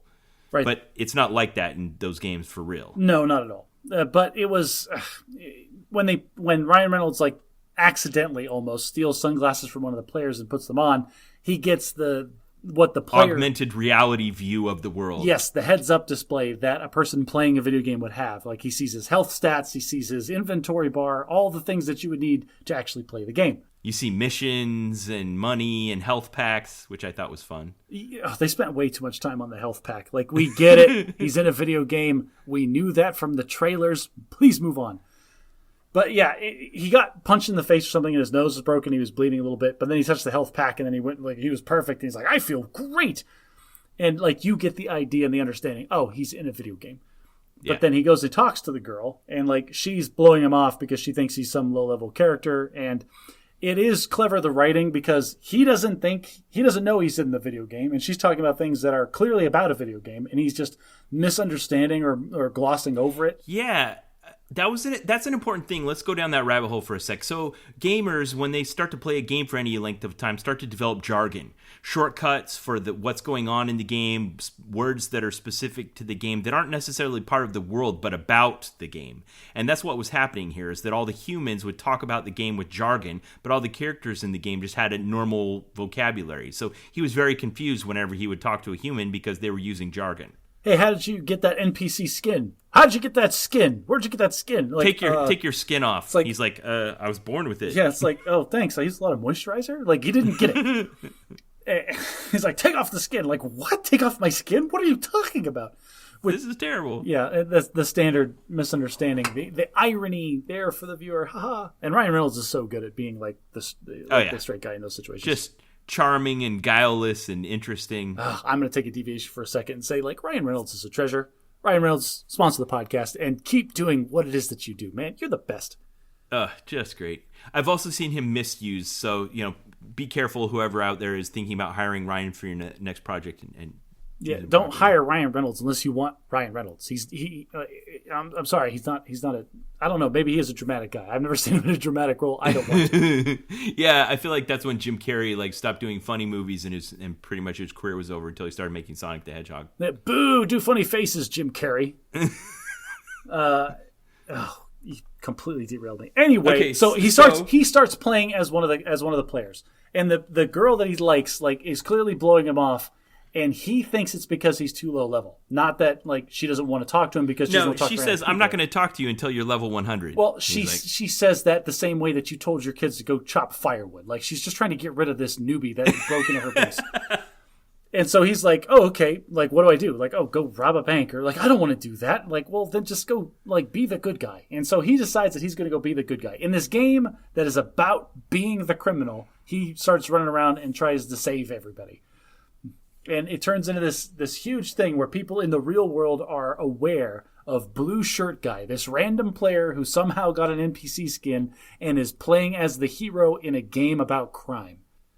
Yeah, and he's going around stopping bad guys from committing crime, which turns out to be a surprisingly effective way to level up. I like this. It almost felt like Monsters Incorporated, like how laughter is more powerful at generating energy than screams. All right, well, we're glossing over a ton of the fact that this wouldn't work in a video game because NPCs don't have levels, and he therefore wouldn't be gaining XP by doing anything in the first place. But he was wearing the glasses. That's how they got around it. I know, they hand-waved a lot of it, but I play video games, and this is not how video games I can't believe you're actuallying this part. I am actually, I'm a computer scientist and a video game guy. Yes, I'm actuallying a little bit of this, but I get it. I understand why we're glossing over this, so the plot can happen, whatever. And I will say the montage of Ryan Reynolds leveling up and just kicking all of the butt was awesome. Well done. It was a well-executed montage, and it was awesome. Anyway, there's this whole thing's going on, and then there's also this side plot of the NPC, or the player character that he's talking to is one of the two programmers that created this. It was supposed to be like the foundation of an artificial intelligent world that was bought out by the company that made this game. And there was this ongoing lawsuit because they were alleging that he had stolen their code without giving them the proper royalties for having used it. The guy who made this video game. And honestly, that is all I want to say about that subplot, because who cares about the legalities of using code? My kids said the same thing. They'd watched Ready Player One, where it was the fate of the world was at stake for what was happening in this video game. And this was just you mean they didn't get some of the money they were supposed to get? That's what we're supposed to be so invested for here? No, we were way more vested in the fact that it was a partnership between this girl and this guy. And the one guy, they both sold out, but the one guy went and actually worked for the company. And the girl was just pissed about having sold out in the first place, even though she clearly sold out. She allowed that to break up their relationship. Yeah, they weren't in a relationship. They were just it was Millie partners. And Keys. I don't even care. Okay. But then Ryan Reynolds is clearly in love with this person. And he takes her on a date in the game. And they went to this little part where there's no mission, so nobody goes over there. And there's this little ice cream vendor that serves her favorite flavor of ice cream, which is his favorite flavor of ice cream too. And then there's a swing set. And they go on the swings. And they go on the swings, and it's this lovely little thing. And she's starting to fall in love with a video game character, legit falling in love. And this was so great. It's Ryan Reynolds I really want to kiss you right now. And she's like, okay. And he does. And he's going in, and the music swells, and it's this passionate moment. And then it jump cuts. The music dies to her sitting at her desk. Wearing a headset, staring at a computer screen. Watching this avatar of Ryan Reynolds, kiss her character. Her avatar. Yeah. Now, I love this because the actress, and she did a good job, she kind of looks around to make sure nobody's watching her because she's getting turned on by this. And then it cuts back to Ryan Reynolds, and the music is right back at the same level it was. Like, it was really good comedy for that little moment. And then there's a knock at the door. Yes, and she's got to leave, and it was. And she's still like emotionally high from this interaction in her video game. Yes. And then the real world Keys comes to the door, and it's like, Keys comes in and realizes that he's been looking into Blue Shirt Guy because he's deviating from this plan. He's not supposed to be able to wear an NPC skin or whatever, and he's figured out that Blue Shirt Guy, Ryan Reynolds Guy, is actually an NPC and is actually fully artificially intelligent and sentient. And he's their code that they created together, stolen by evil CEO, played with gusto by Taika Waititi. I did not like that guy. Like Antoine just drove me nuts with his really stupid business decisions that he made. But we'll get to that point later. Yeah, we will. So this is the rest of the plot. This is the rest of the problem. Is she has to tell Guy, like, hey, by the way, you're an artificial construct that we accidentally brought to life, and your whole world is fake, and it's going to get shut off in a week when they launch the sequel. And this is the part of the movie where they are making an action movie. They're making a stupid action movie with like a will they won't they love subplot of two different worlds, and they can't be together, the whole Romeo and Juliet nonsense thing. But the Ryan Reynolds character has an existential crisis when he realizes, first of all, he's told that he is fake, and he's given the flimsiest evidence ever that he is actually fake. And he, like, for the purposes of storytelling in the movie, we have to have the character believe it, and so he does. Yeah. And we spend maybe 10 minutes on this, like, this what you would think as a complete crisis of identity of, I'm fake, nothing matters, why should I even care or put any effort towards anything, all of this is going to end, oh, woe is me, the sky is falling kind of nonsense. And we had, like, again, for the story that they wanted to tell, they had to blow through that. They had to get Guy fully vested in saving the world that he was in.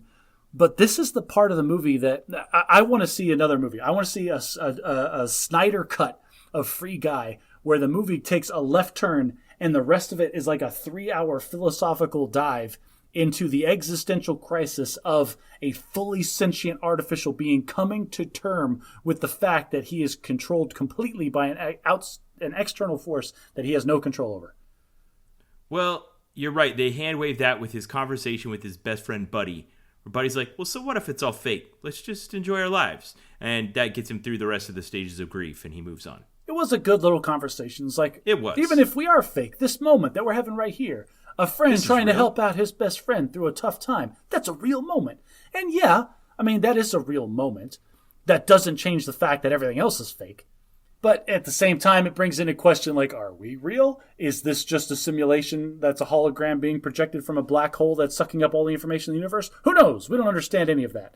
So okay, it's the same kind of thing. Like, if somebody told you and presented you with any evidence that your existence was fake, does that make your existence any less real for you from your perspective? No, of course it doesn't. All right, so wrap up the plot synopsis. All right, wrap up the plot. So then Guy gets invested. He's like, we're going to save this world. And he gets all the NPCs on board. And the MacGuffin they need to save the world is?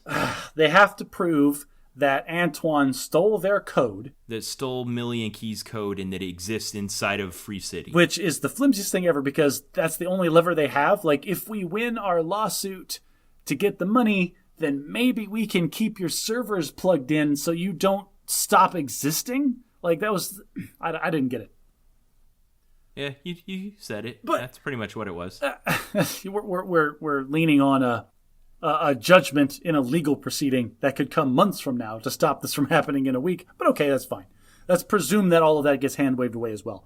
And so we have this climactic third scene where Keys is helping them, like, find this. It's a physical location in the game where the idiot Antoine, who's supposed to be so smart, left like the whole map that they had created for their other game and just like stuck it off in the ocean somewhere and was like, oh, this is fine. We'll leave all of this here.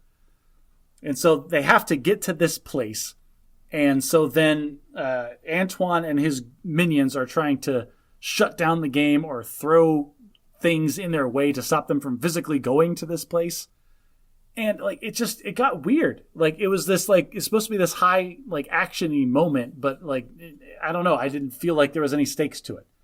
And then the penultimate thing that happened is Ryan Reynolds is about to get there, and then he launches Dude, which is going to be, everybody was so happy with Blue Shirt Guy, he decided to create a version. Blue Shirt Guy 2.0. Yeah, for the sequel that was coming out. Rushed into production before he was complete. Oh, God, that was his whole thing. And it was, it was like the character design was great because it was Ryan Reynolds' head on like a pro wrestler. Beefcake. Like, on this giant beefcake body. And then his boxer shorts, like just the waistband was showing above his shorts and it said game over. Like it was, everything about his character design was wonderful. So like, I only care about three things: kicking butt, TBD, third thing here. And like his whole deal was that he was rushed into production and had half a brain, which doesn't make sense from any kind of coding perspective, but it's fine. We'll hand wave that too. And so it was just... Okay, so he's the final boss. Defeat the final boss. Get to the secret island. It's known that the code is. Then they have to make a real-world deal with the CEO and mega happy ending. Everyone lives happily ever after. But did they? And like... The way that they stopped this from happening is Antoine was in the server farm with a fireman's axe. Okay, if you want to shut up. Wait, I want to come back to that. Placeholder on that. All right, put a pin in that stupid scene. Yeah. Okay. Where it was so you and I know how server room with a fireman's axe would go. It would go like Antoine being electrocuted to death is what I would go. Yeah, and lights out pretty fast. But the deal that he made in the server room, well, with the girl that came down there to stop him from destroying the last server that was keeping Guy alive. Millie, who cares? And like he goes, okay, I want all of the intellectual property for this game. And she's like, okay, but we want the code for the artificial intelligence. And he's like, deal. You're making the dumbest deal. Like he's telling her to her face. In the history of deals. You're making the dumbest deal in the history of deals. I'm sorry. You want the intellectual property to a video game, and she wants artificial sentience, and you think she's making the bad deal? Like, she has artificial people that can literally solve any problem that will ever exist, and you want, like, the IP of Grand Theft Auto? And you think she's the dumb one here? I think he was thoroughly revealed to be very one-dimensional. Okay, they make their deal. Nuts. They get what they want. Boy gets the girl. AI gets to go on living in the new, more peaceful place, and everyone lives happily ever after, right? But Boy didn't get the girl. Boy, like Ryan Reynolds. Yes, he did. Hang on, Ryan Reynolds had to like hand the boy the girl. Okay, you missed the bus on this one, Josh. No, the AI that existed reflected his creator, and the reason the AI loved the girl is because the human in the real world that made him loved the girl. And that's the boy that got the girl. I did not miss that. I didn't miss it at all. What drove me nuts was that Ryan Reynolds is like she came into the game or into the world or whatever to break up with Ryan Reynolds because obviously they can't be together. And he said, and then him in this moment of profound, like unimaginably profound insight realizes like, I am not real, but the person that wrote me is real. I'm a love letter to you. You need to go find the person that wrote that letter. And it's like, how you, Mr. I'm 3 days old, how are you so emotionally intelligent that you could break that down? Like that just, ugh. There are people. I loved it. It was sappy and awesome. It was sappy and awesome, but I couldn't get over the fact that there are people on their deathbeds that aren't this emotionally intelligent. Mr. I've only had free will for a week. Okay. I have a few areas I want to delve into in this now that everyone lives happily ever after. After we got done watching it, I asked my wife and kids to give their contributions. It's really interesting to get from my kids who are very steeped in this like video game culture that they were trying to capture this lightning in a bottle for this movie and them express how profoundly this missed the mark. Like, really? At one point, my 18-year-old daughter was so bored she got up and left in the middle of the movie. What to you and me was an exciting, frenetic movie, to her was dull and she left. At several points in the movie, they do montages of like YouTubers talking about what's happening inside the game. These are real world video game streamer personalities. I'm aware of this because my kids recognized almost every single one of these people. Yeah, my kids lost their mind when these people came up on the screen like, that's a real person. And I'm like, and I'm over here like, one, who cares? And two, all like, I get this montage with the lightning in the bottle like you're talking about, but all that does is date this movie. All this does is ensure that this movie will not be good to rewatch 2 years from now. I understand that, but that's the point I'm making, is that Hollywood is sitting around trying to say, how do we stay relevant if all of the future viewers of our products that we produce are looking at this instead? They're watching streamers play video games on the internet instead of watching movies. Let's make a movie about what they like to watch. Okay. And it's kind of missing the point of what's happening. They're not understanding the transformation in consumption of media, where the viewer is the star, or a popular streamer is a proxy for the star. They don't want Ryan Reynolds. They want schmuck in his mom's basement. And I love that scene where Channing Tatum, one of the sexiest guys on earth, is playing some loser in his mom's basement who's like, honey, you're living in my house. There is no God. When the mom, he was yelling off screen. It's like, leave. Mom, are you serious right now? Yeah. Leave that sock alone. That is my special sock. And my son is laughing because I'm laughing, but I'm locked eyes with my wife like, holy crap. Like, this is not a conversation that, like, my 10-year-old son's like, oh, that's funny. He doesn't want his sock messed with. Yes, it's a very special sock for him, son. Yeah. Okay, so there's that. There's Hollywood trying to, I don't know, stay relevant by doing what they've always done, but in a way that they feel like appeals to the young kids. And it almost comes across as somewhat tone deaf. Like you said, even the things that were supposed to be new and relevant just didn't quite connect. So I was thinking about other influences on this movie, and a lot of them have been very, very good to me. Recently, Ready Player One, that was about the near future where everyone has virtual reality and they go there and interact and have avatars and then things in the game world have significance in the real world. I think if that movie hadn't been made, this one wouldn't have been made. But plot-wise, they're only kind of mechanically similar. On the other hand, The Matrix, perhaps, influences heavily, and that was 2-3 decades ago.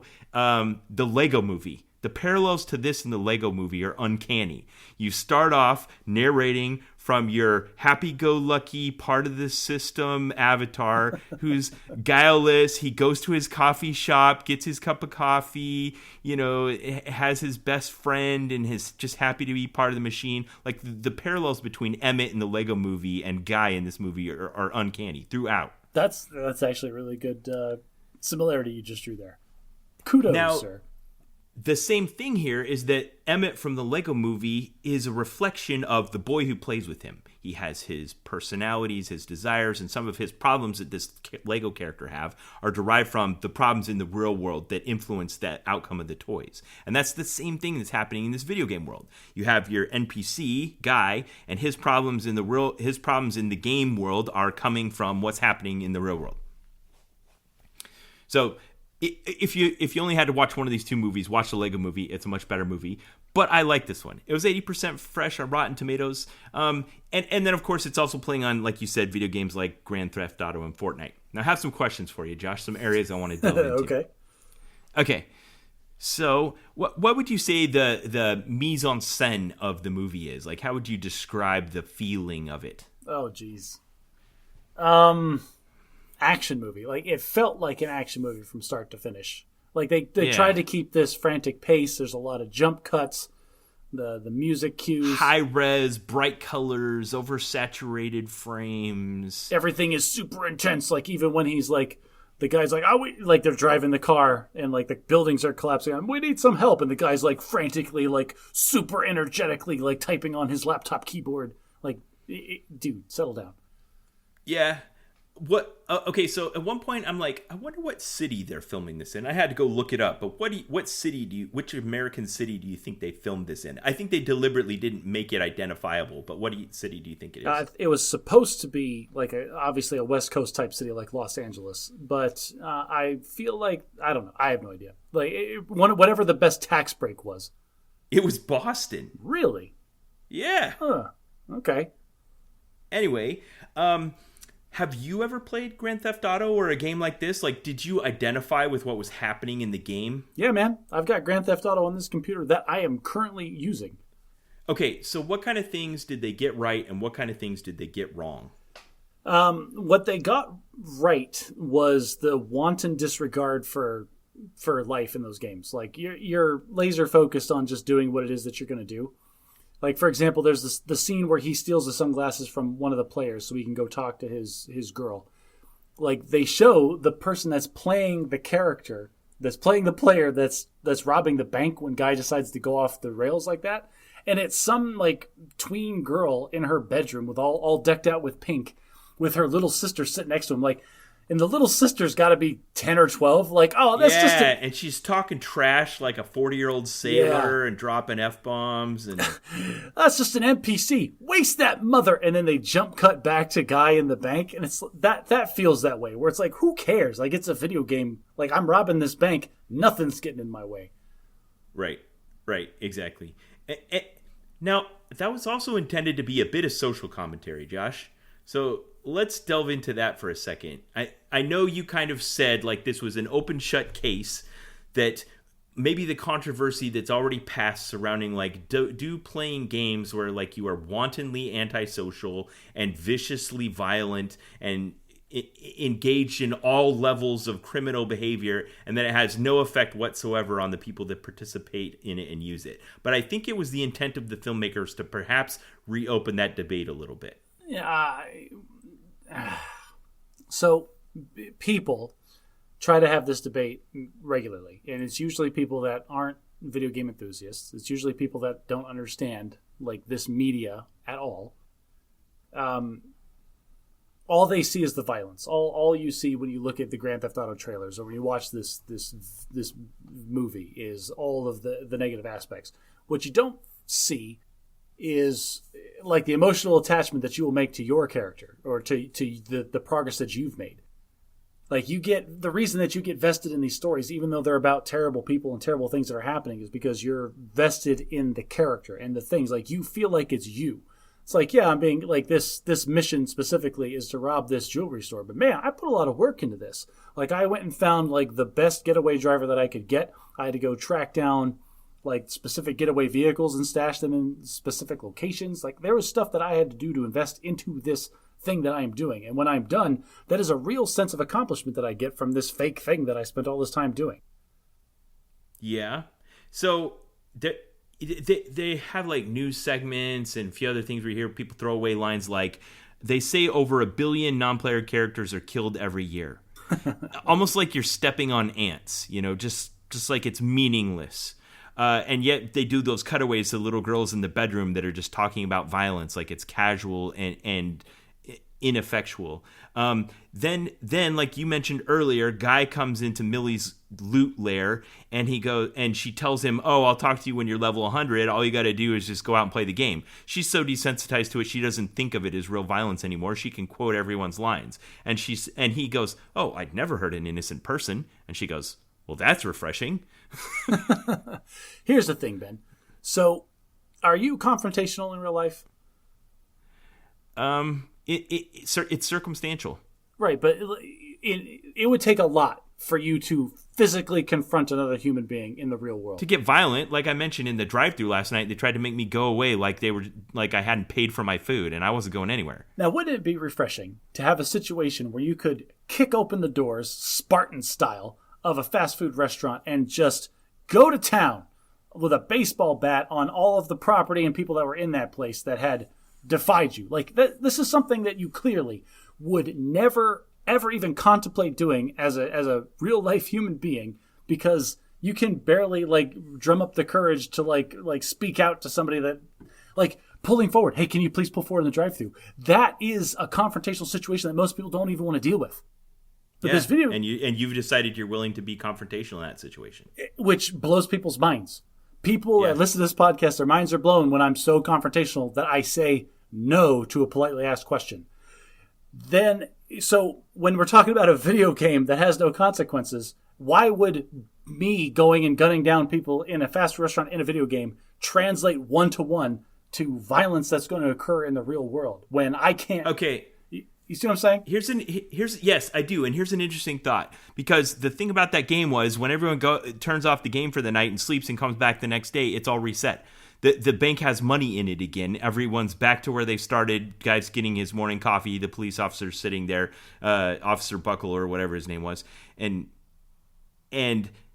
everything goes back to the way it was before. Yeah, that feels like the most unreal. There's no consequences whatsoever. That's the catharsis. That's the reason people play these games. It feels. My friend and I, when we were in college, we used to have this game we would play in Grand Theft Auto, where who can rack up to be the 5 stars most wanted the fastest? Who could commit such atrocities in the shortest amount of time that the government would send military attack helicopters to take him out? And it was... What was your record? It was like 2 minutes and 30 seconds. Now, Josh, let's say that for whatever reason, the apocalypse actually hits. You find yourself on the streets of Los Angeles, and you're like, what I really need to do is get a getaway car and stash it in that garage over there. And then, you'd be like, wait a minute, I know what to do in this situation. There are so many assumptions that have to happen. Abandon all hope, ye who enter. Forget it. It's World War III. Let's just go Grand Theft Auto up in this joint. No, because there's still going to be government authority. There's still going to be... Because here's the other thing. The no consequences is super important, because you get shot in a video game, your character walks out of a hospital with a little less money, 2 blocks away, 30 seconds later. That's your punishment, is you're slightly inconvenienced. So I loved that the fact that Guy decided the way he was going to level up was by being a good guy in a game where everyone just assumed that you needed to come in and be a bad guy. It was like I said, like Mike Wazowski finding out that laughs are more powerful than screams. He just did something so different that it just created ripples throughout the zeitgeist. All of the bloggers were blogging about it. It was getting reported about on the news. He was notorious. He was so famous that it shortcutted what was promising to be one of the set-piece action sequences of the movie. He comes in the room, Channing Tatum is there, and then instead of them engaging in this terrific fight, it turns into fangirl meeting. Well, we had already had the big fight in that Yes. specific location earlier anyway. Yeah, so. but we were geared up for another one. They subverted our expectations in that instance. I did like Channing Tatum's cameo in this movie. That was really well done. It was good. Yes. A lot of good dancing from Channing Tatum. Okay, so I had another question for you. So my wife made a brilliant observation, and that was, she said, this was a fairy tale. I'm like, what do you mean it was a fairy tale? Support your thesis. And she says, it had all of the bits of a fairy tale. There was a magic kiss, there was a wicked witch, there was an ultra mega happy ending. I'm like, it did have all those things. So let's talk about the Wicked Witch for a minute. The Wicked Witch in this minute was played with scenery-chewing gusto by famed filmmaker and actor Taika Waititi from what is that island in the South Pacific? New Zealand. What have you ever known someone in your life that's like that character, the evil CEO? I promised we would talk about this later. It was utterly shiftless. The person, no respect for anyone. Okay. The person that this actor was portraying is a totem. This person doesn't actually exist. It was what people think of as the quintessential 90s the ruthless, bubble. narcissistic CEO. Yes, the internet age, super hip. He's walking around and what I guess he thinks is ultra fashionable. He looked like a planeswalker.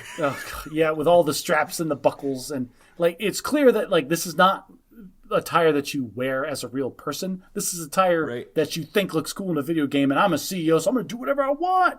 And he's rude to everyone around him. Yes, he thinks every idea he has is the best idea ever. This person doesn't actually exist. Anybody that is a successful CEO is a smart businessman at their core.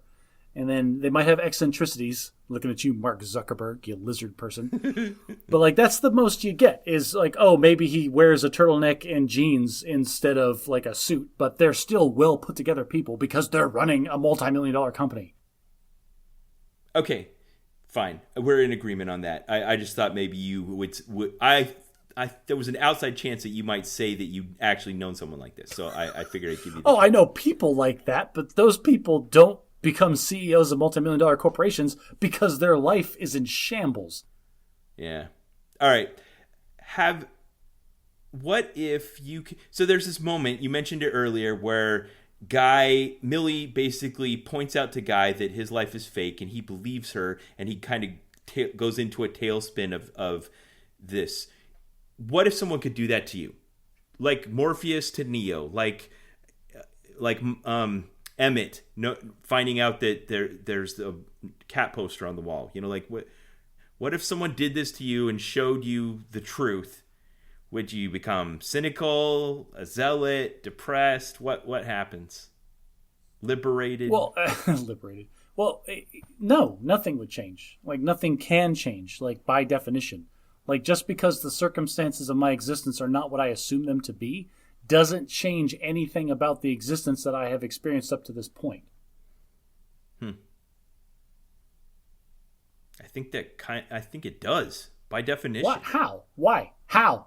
In what way does the knowledge of my being, like, let's say we are living in a simulation. All right. I'm going to present to you what I believe as if it were a hypothetical. Okay. Let's say that inside of you is an eternal spirit that is a son of an immortal deity, and you are a prince, and therefore someday you will become heir to all that he has. Let's say you found that out and you didn't know that before, and you know beyond a shadow of a doubt now that that's true. I know beyond the shadow of a doubt that I'm trying to take your words literally, that there is some grand inheritance waiting for me at the end of my current existence.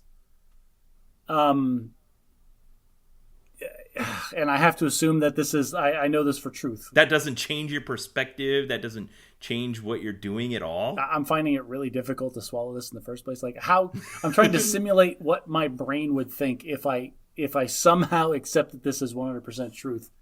Like, I hold out my fist and one's got a red pill and one's got a blue pill, and you take, I forget which one it is. You take the right one. I honestly, Ben, this is going to sound stupid, but I'm actually more capable of simulating my mind if this was the Matrix than if God existed. Than if God was real? Yeah, that's where I'm at.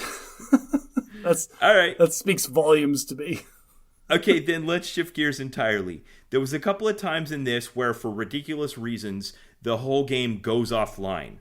What you've maybe experienced this. Would you talk about this for a second? What is the real world impact when a major game that lots of people are spending time on interacting with goes offline? Unexpectedly, because these like not planned server maintenance, but like actually like crash or power outage or something like that. So I remember back in the heyday of playing World of Warcraft, there was this major event that was happening. There was this temple in the middle of the desert on the far edge of the map, in the middle of no place, that was always locked off. It was collision barriers. You couldn't go back there. It was just a thing. And then they announced that there was going to be this patch and they were going to open it, and it was going to be this huge, giant, enormous new thing that was going to happen. But the server, like the population, the players on the server had to meet specific objectives in order to unlock it for their specific server. And it was this huge thing. It took weeks for players on both different factions on opposing sides to generate the resources necessary to do this thing. And when it finally happened, the one guild that got the item necessary to open these gates, they decided they were going to do it at 2 a.m. on like a Wednesday.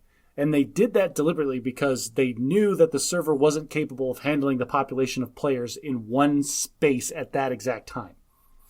But everybody logged on anyway, because this was the biggest thing that had happened up to that point.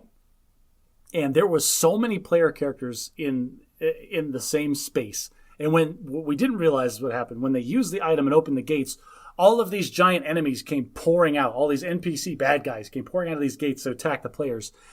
And it was utter anarchy, because you have... This is literally like Helm's Deep. It was like, because raid bosses, like bosses that take 60 people working in close coordination to take down without getting wiped out instantly, are coming out in like dozens of them are coming out of these gates to come just slaughter the population that dare would open their gate. And not only that, but then like we were on a PvP server, so players of the other... So you were part of this. I was there, and it was glorious and terrible. And like, so you would cast, like, if you cast area of effects, it would hit the enemy NPCs and the other players on the opposite faction from you. And so players are slaughtering each other like almost as collateral damage. And again, the server could not handle the population or the things that were happening. And so I was getting like one frame of action every second and a half. And stuff would like shift around and jump everywhere as the server is trying to take the inputs of what you're describing thematically sounds like it should have been awesome and wonderful, was actually just terrible and frustrating. Yes, it was really awful and really cool at the same time that this like interesting thing is happening. I just wish I'd got to experience it on hardware that could handle it. Yeah. Okay. That's interesting. You know, they kind of did a few shots where they'd establish characters that were unnamed, where you just flash to them and they'd look at their screen and be like, oh, you know, the thing I've been doing for the last 8 hours is now unexpectedly ended. I guess I'll go eat a taco or whatever. Okay.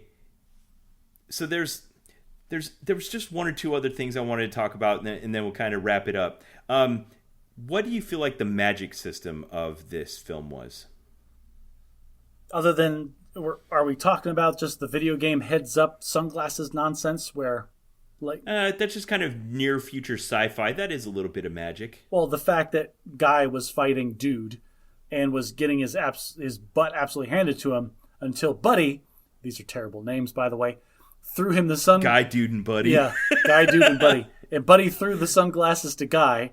And Guy put the sunglasses on, which gave him access to his inventory, and so then he could pull out like the Hulk fist, the lightsaber, and Captain America's shield. Fist. Yes, Chris Evans, by the way, sponsored the podcast. That was a great cameo when Ryan Reynolds pulled out the Captain America shield to block the death blow punch that was saving his life. And he was, and they were supposed to think that Chris Evans is sitting around a cafeteria watching streams of people playing this game. Yeah, it just cut to Chris Evans doing a spit take. Oh, that's bull. And then it cuts back to the action. That was awesome. Yeah.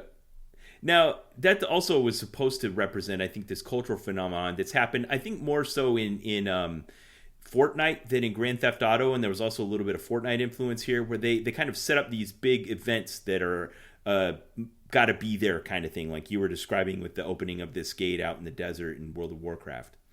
Another kind of magic I think going on here was the assumptions about AI, about its creation, its existence, how it behaved, as well as this kind of pseudo hacking lingo, like perfect in-game effects that just made sense to us as a visual audience based on real-world actions, like someone typing on a keyboard or someone hacking away in a server room with an axe, and then that was making buildings disappear one by one. Yeah, definitely not how computers or servers work, but okay. Thanks, Antoine. Or what would happen to the consciousness of a non-player character in the event that their server was rebooted? You know, all right, so just side note for just a second. Freaking Antoine goes down to the server room where his game is presumably running and grabs a fireman's axe and is like, this is how I'm going to shut the game down. I wanted the other guy that was there with him, the actual programmer that worked on this stuff, I want him to go, well, then why don't you just hit this emergency power off button that's clearly labeled right here on the wall. Right. Right. Nah, I guess they had $120 million budget. I wonder if those were actual servers or whatever. There's no way that guy took axes to took an axe to $10,000 stereotypical server room. I've never seen one like that in my life, where he's just marching up and down aisles, hacking away at servers, and it's making buildings in the game disappear one by one. I was watching that scene and go, okay, first of all, server rooms are very well lit. They are not dark. And second, it would be so loud you couldn't hear anything anyone saying. The most unrealistic thing was that there weren't 7,000 fans buzzing at 120 decibels. Yes. What? Yeah, that it wasn't insanely loud to the point that you needed hearing protection. That he wasn't freezing because it would have been 40 degrees in there. Yeah. Well, there was an interesting thing I noticed related to product placement. I found another cool website, link in the show notes, to this site called Concave Brand Tracking. And they'll just go through and watch a movie and pick out every noticeable brand of a product in the movie. And they tracked 110 different product placements in this movie, 44% of which were a top 10. I'm going to give you the list. I want you to tell me what you think the top 1 or 2 were. Okay. Alienware, Ducati, Oakley, YouTube, HyperX, Razer, Casio, Dell, LG, and Chevrolet. Ooh, okay. I'm gonna say I saw the Razer logo like a number of times, like very clearly visible. That's definitely up there. So that one stands out in your mind, but talking about pure minutes of actually on screen. Ducati? Like Ducati was number 2. Ooh, Ducati was number 2. He was on the motorcycle for a bit. Was it? Tell me it wasn't Dell. Like just in that server farm, it was. It was Dell. Because Dell also owns the Alienware brand. So they cheated. And they had two brand names in there. We're for business and for gaming. We're Dell. Don't buy Dell. But this company estimates that alone is worth $50 million. So kind of like that joke you always say from 30 Rock about how this movie cost $120 million to make and had $50 million in product placement. Like it made money before it even... It's like, oh man, this is awful. It doesn't matter. It's already made money.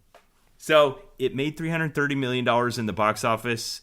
Disney's already working on a sequel. That just sounds like a really bad idea to me. Like I don't see how a sequel to this is going to be worthwhile. So while we're talking about product placement for just a second, riddle me this because I've never figured this out.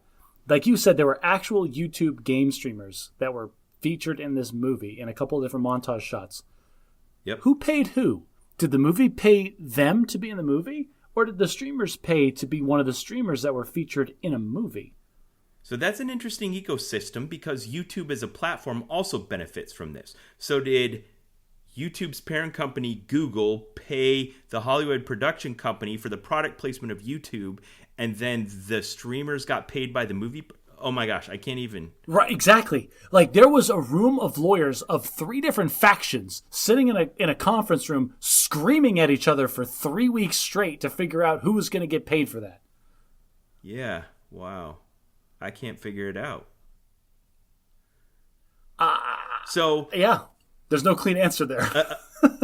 Another takeaway for me, and it should be stale by now and it should be passé and gone, but it never stops being hilarious to me watching famous actors do the floss. Ugh, the floss.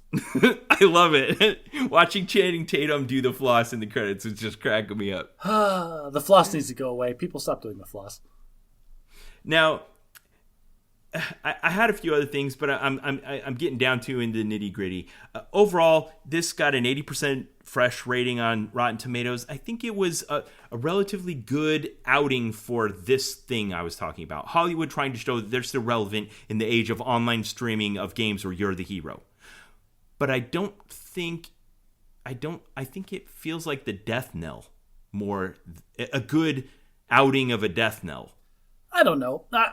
It had a good soundtrack. It had attractive actors that we like to watch. It felt like it touched on a lot of things we care about. But I don't think this is going to become a successful franchise. I don't think people are going to be spending their time on this instead of playing video games. I feel like Ryan Reynolds did a lot of heavy lifting in this one because, I mean, he made this movie. Like, from my perspective. He did. He had great chemistry with Jodie Comer here. I want to give her an honorable mention. Her character as Millie was a revelation. And the two of them were, very sweet, vibrant, funny, endearing. This movie really fell on the two of them. As far as Hollywood trying to capture, it does feel like from the video game perspective, Hollywood might have been trying a little too hard here. That does feel that way. Me being a guy that plays video games and knows computers, it did feel like they were trying a little hard for that perspective. But all in all, this is a good movie. It's not a classic. You're not going to be swirling a glass of wine 10 years from now going, you know what we should watch again? It's not one of those, but it's I was happy to have watched it. Yeah, it made enough money to greenlight a sequel. I am not optimistic about that at all. Who cares? Again, I said this at the beginning. I really wanted this movie to be completely and entirely different from what it was. But that may just be my obsession with the philosophy of an artificial consciousness. And, I'm not trying to be snooty or highbrow. Maybe I should have just sat back and enjoyed the Ryan Reynolds action movie. Yeah, I think you should watch Truman Show. I feel like that's where... Oh, because I've never seen Truman Show. No. Of course you've seen the Truman Show, but I think Truman Show is the movie you're saying you want. That's exactly what it was, where you have this character that's the center of this world that's swirling around them, where everybody's non-player character, or he's the non-player character and realizes the world's different than what he thought, and then he, tries to break out and find a new existence. I think Truman Show is the movie you're talking about. Lasai. You're right, that is the movie I want. I just want it sci-fi-y. Yeah. I'm sure we'll get another version of that. They come around. It's cyclical. Yeah, somebody will pick up and realize, you know what? We should remake Truman Show, but let's make it with computers. Yeah, well, this one was, you know what? We should remake the Lego Movie, but let's make it with Grand Theft Auto and Fortnite. The Lego Movie was still like just top shelf for the joke. Yes. The jokes per minute in that movie are insane. Yep. All right. Well, I would say this was a soft magic system, and I'll give it a C. I don't even know what the magic system was, but it was just the artificial intelligence. The artificial intelligence and the pseudo hacking. Ugh, the softest of magic systems. And as far as Brandon Sanderson goes, like, unfortunately, like, knowing what I know about computers, I can peer behind the curtain a little bit, which lowers its grade quite a bit because that's not how computers work. You don't shut them off with axes. That's the least efficient way to stop a server from running. I'll go with a C. All right.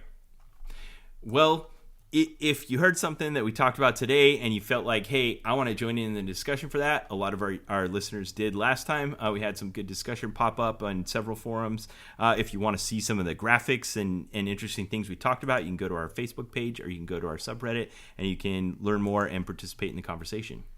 If you like what we do, I've completely frozen. Like, my brain just stopped entirely. If you like this podcast, do something to help us out. We really want you to. Like, we make the same plea every week, and it almost sounds like a memorized script, except for the part that Josh improvises that I love. But please, go to whatever platform you're listening to it on and give us a rating, please. That really helps us out. Share us with a friend. If you really want to help us out, go to our Patreon and support the show. And as always, try to be a little less bad at magic.